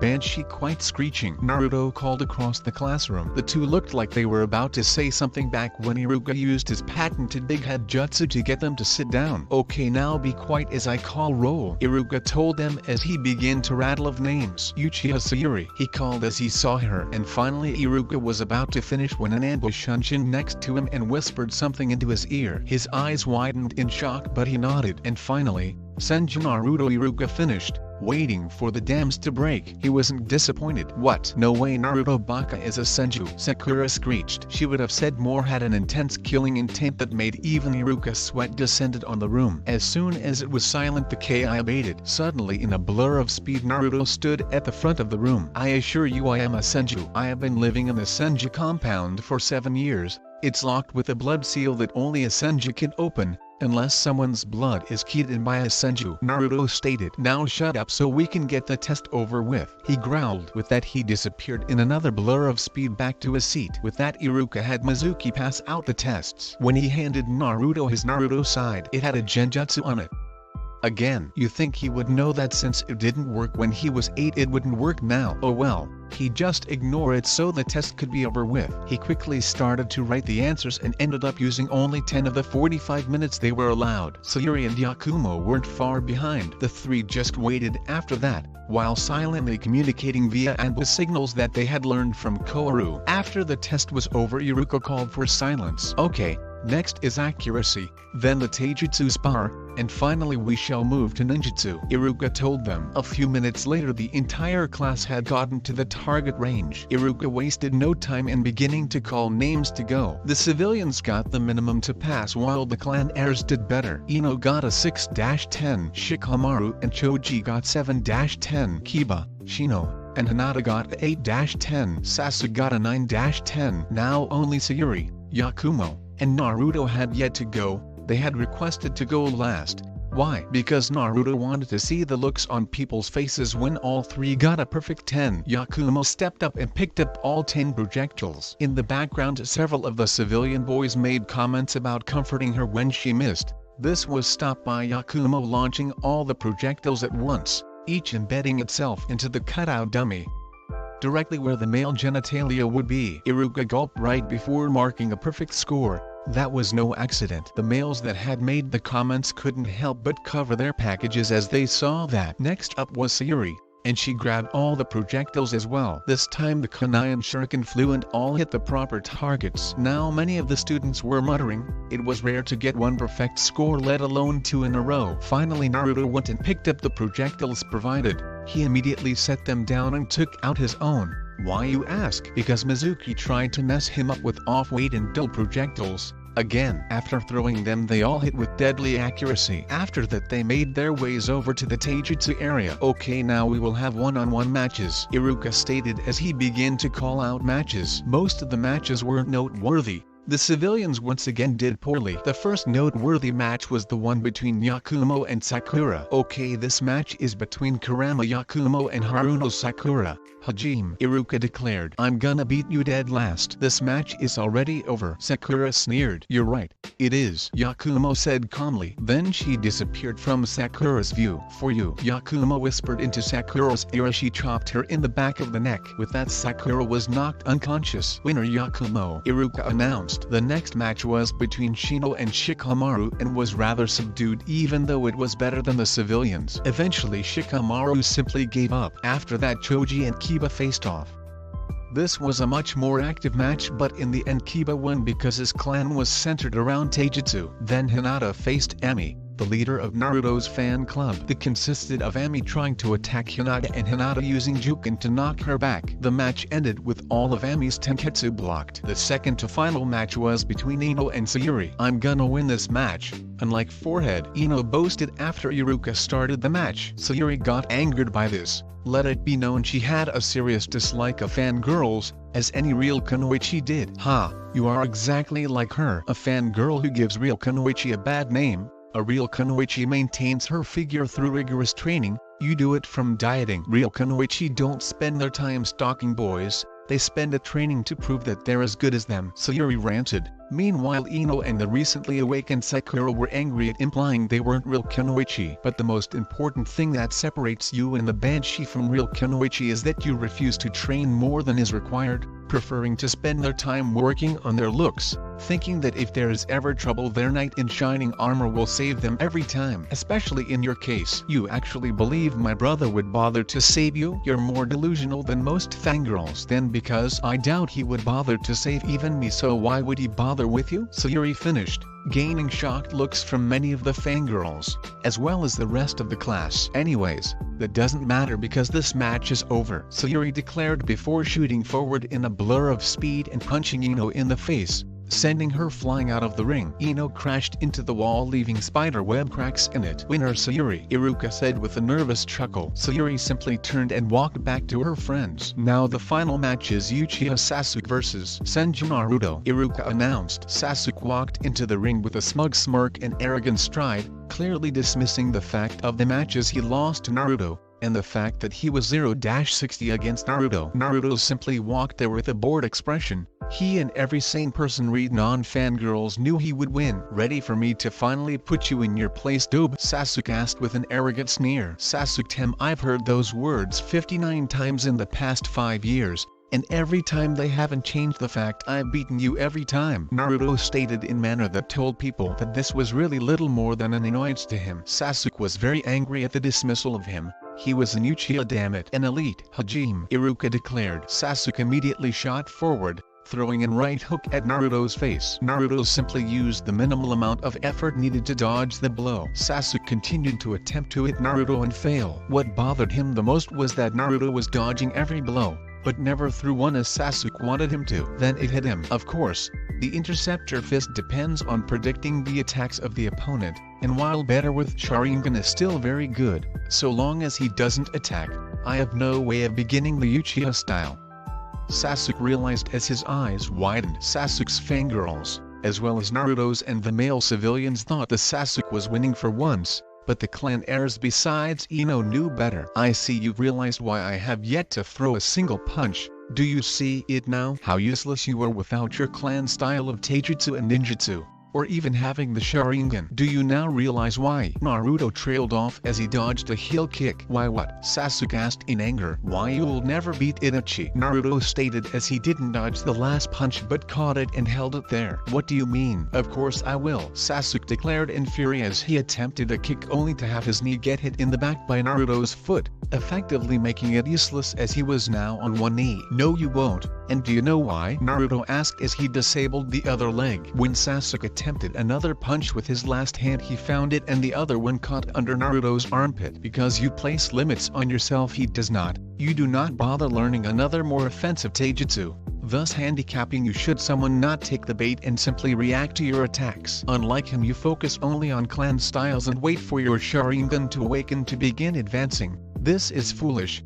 Are you Itachi's foolish little brother? Naruto said so quietly only Sasuke and Iruka heard. With that, Naruto let go of Sasuke's arms. At the same time, he spun to deliver a kick to the back of Sasuke's head, making his face smash forward into the ground. Winner, Senju Naruto, Iruka declared. Naruto's fangirls burst into cheers at this while Sasuke's were cursing him for hurting their Sasuke-kun. Naruto walked over to Sayuri and Yakumo before Iruka told them to come inside and wait in the hall for their names to be called to come in for the ninjutsu exam. It was at this point that Naruto realized something, and spoke to the two girls in front of him. Hey Sayuri, if you took off the bit about ninjutsu, isn't this exam only a teensy bit harder than the entrance exam? Naruto asked in a voice that implied he was thinking deeply on this. It was rather disturbing. 3 jutsu that were E rank was all that separated them from the test when they began, and the test now, even though the test had more tactics and theory, it wasn't enough to make a big difference. You know, you're right. This test is way too easy.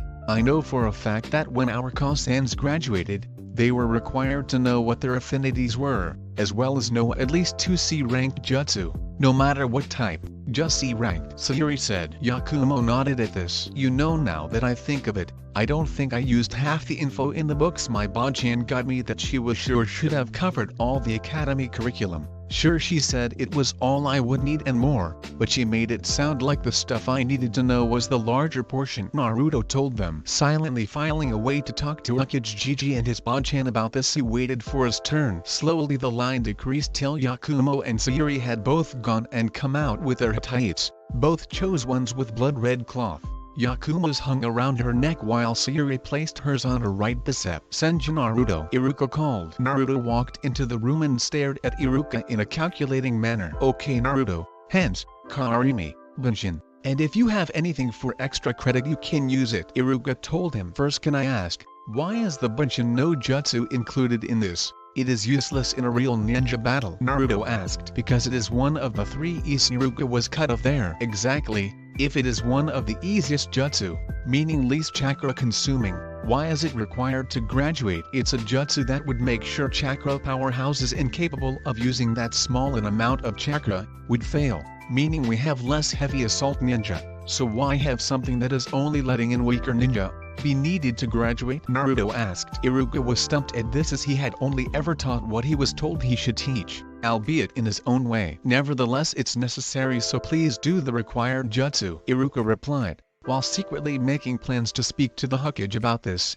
The boy had a point. They could have been losing heavy hitters for years because of this. Kage Bunshin no jutsu, Naruto cried as 5 shadow clones appeared, 2 flanking him on each side. Iruka gawked at an academy student doing Kage Bunshin, let alone 5. Oh okay, now just the Karimi and Henge, Iruka told him. Wordlessly 2 clones swapped places with the teachers, and back before they could fall to the ground. When the teachers reached the seats again, they saw 6 figures before them, and none of them were Naruto. The first 2 that were on the right were a black-haired woman who was very beautiful. They didn't really notice her much because of the figure next to her. It was Uchiha Madara. The 2 on the other end were both familiar. One was the Sakaku no Megami, and the Nidaime Hokage, Uchiha Koharu and Senju Tobirama. Next, the one to the left of Madara was a black-haired woman who looked very similar to the other one, except they recognized this as the Karasu no Ujo. And the final one standing shoulder to shoulder with Tobirama was the Nidaime Hokage, Namikaze Minato. Mizuki was too busy seething to really care, but Iruka was a different story. He looked at Minato and Tobirama standing shoulder to shoulder and was struck by the fact that they both bore a striking resemblance,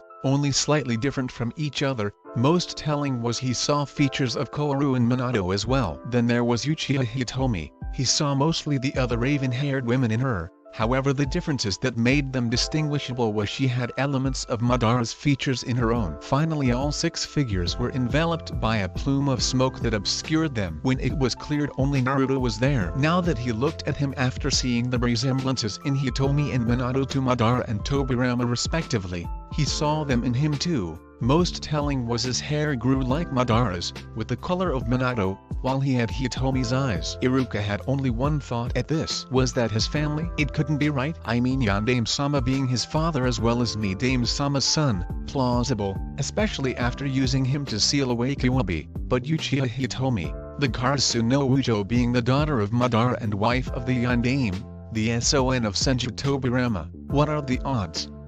Iruka thought, trying to wrap his head around the idea. However, one thing Iruka had always wondered was answered if this theory was true. It explained how Naruto knew so much about both the Uchiha and Senju clans, though Naruto always stated that you simply had to know where to look. That was the point. Most of the people who knew where to look were from the clans. Iruka shook it off for now and instead chose to move on. Do you have a jutsu you would like to show for extra credit? Iruka asked. Sure, why not? I'll show you one of my original jutsu, Naruto declared as he flashed through 3 hand seals. Naruto then held out the index and middle fingers of his left hand out while pointing it between Mizuki and Iruka. Raten, Byakai.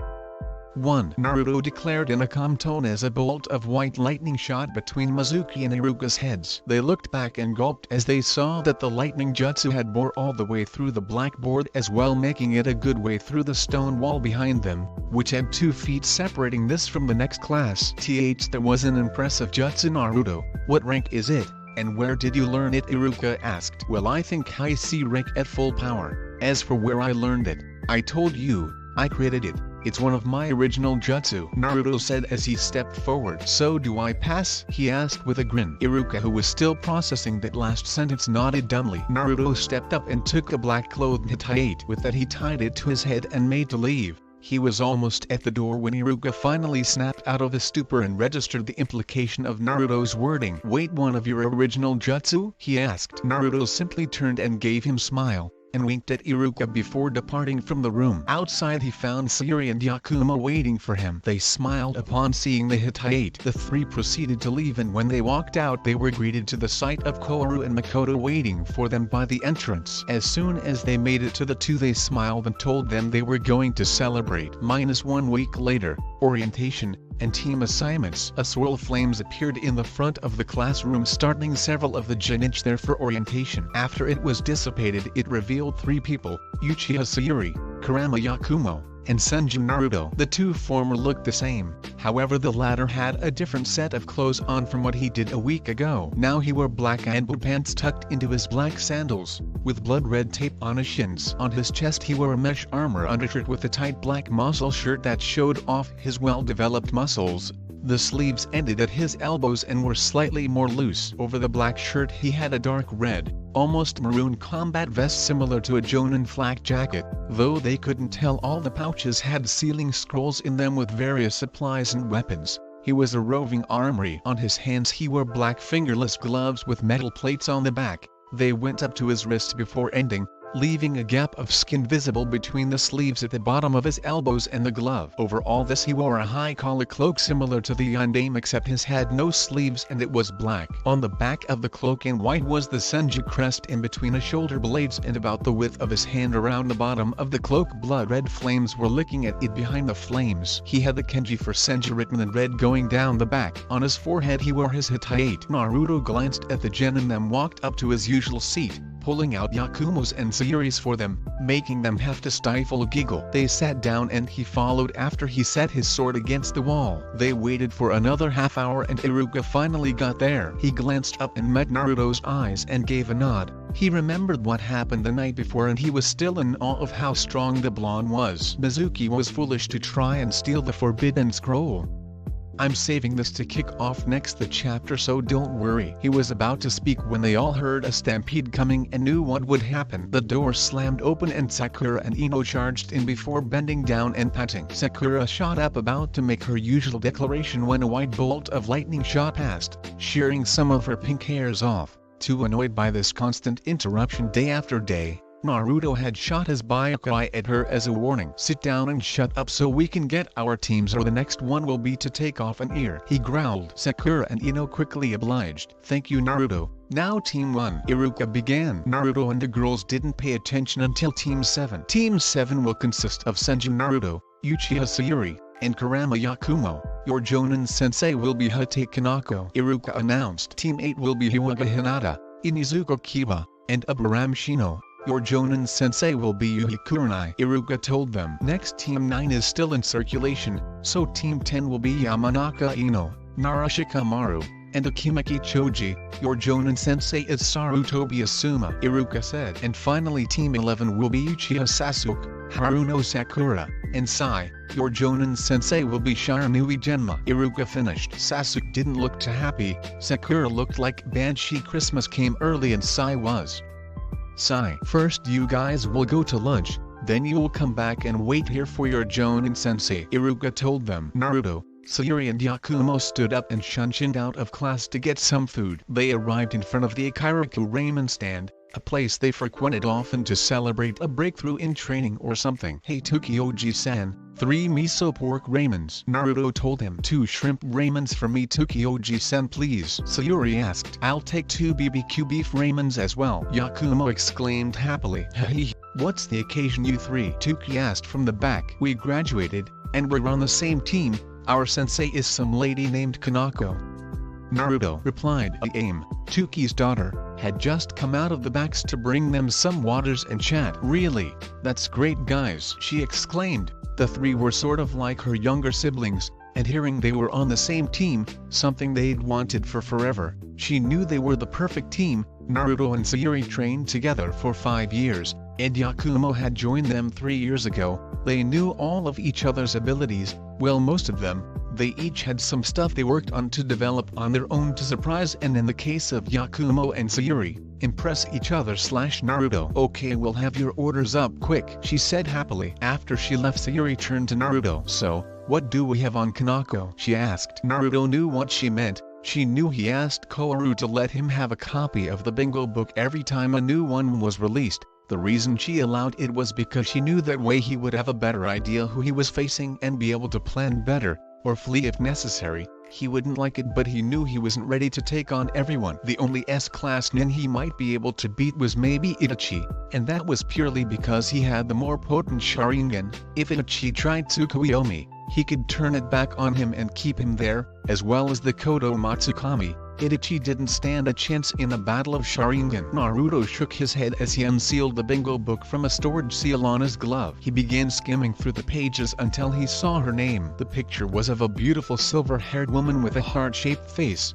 pale skin, and pouty red lips similar to Kurenai's without the makeup. The most distinguishing thing about her was the pair of 3 Tamil Sharingan eyes she possessed. Interested, he began to read the bingo book entry, which seemed to have more than one page. Name, Hatake Kanako aka, Sharingan no Kanako aka, Copy Kanoichi Kanako. Threat level, very high /low as rank. Rank, Jonin. Affiliation, Kana. Information, known abilities. Hatake possesses a pair of fully mature 3 Tamil Sharingan. She gained it when blinded by an overpowered flash bomb during reconnaissance near Kanabi Bridge. Her teammate Uchiha Obito had received a fatal wound from a Doton Jutsu. So had the 3rd teammate Koharu transplant his eyes, which recently had the Sharingan activated, into her. Because of inexperience her and because of being done in the field, caused the eyes to be constantly active. This has led to Hatake having massive chakra reserves, as the constant sapping of her reserves has forced them to replenish faster, which has led to her having as much chakra as a Jinchuriki of the Sanbi, and possibly may continue to increase. The constant activated state also gives her great chakra control, as well as it serves as a constant and unconscious chakra control exercise. With the eye, she is said to have copied over 1,000 jutsu, giving the meaning to her name Copy Kanoichi. She is also the last living student of the Yondaime Hokage. Approach with caution and not at all unless high A rank. Known associates, teammates, Uchiha Obito, deceased. Koharu Rin, deceased. Jonin Sensei. Namikaze Minato. Iwa 100,000 Ryo dead, 200,000 Ryo alive. Kumo, 300,000 Ryo alive. Chuso 100,000 Ryo dead. Naruto whistled as he finished reading the entry that spanned 1.5 pages. Damn, that's one hell of a sensei, not only a fully mature Sharingan but massive reserves, as well as being my father's student. I'd say we got the best sensei in the village, Naruto told them. Sayuri and Yakumo nodded at that. She was the perfect sensei for them, plenty of jutsu to help the 2 Sharingan users learn. Plus she could help with Yakumo's skills as well. Here you go guys, Aim said as she brought their food. They made quick work of the food and thanked the owners before getting up and shunning back into the classroom where they promptly took their seats in the rapidly filling class. They sat down and watched as the other students left with their sensei. The last sensei to arrive was Kurenai, and she turned to them as her genin walked out. Sorry guys, but I'm afraid you'll be waiting a while. Kanako is notorious for being 3 hours late to everything except for important missions and an order from the Hokage, and even then she's at least 15 minutes late. Kurenai explained. Minus 3 hours later. Exactly 3 hours later. Exactly 3 hours later the door slid open and the woman from her bingo book entry poked her head in and stared at them lazily.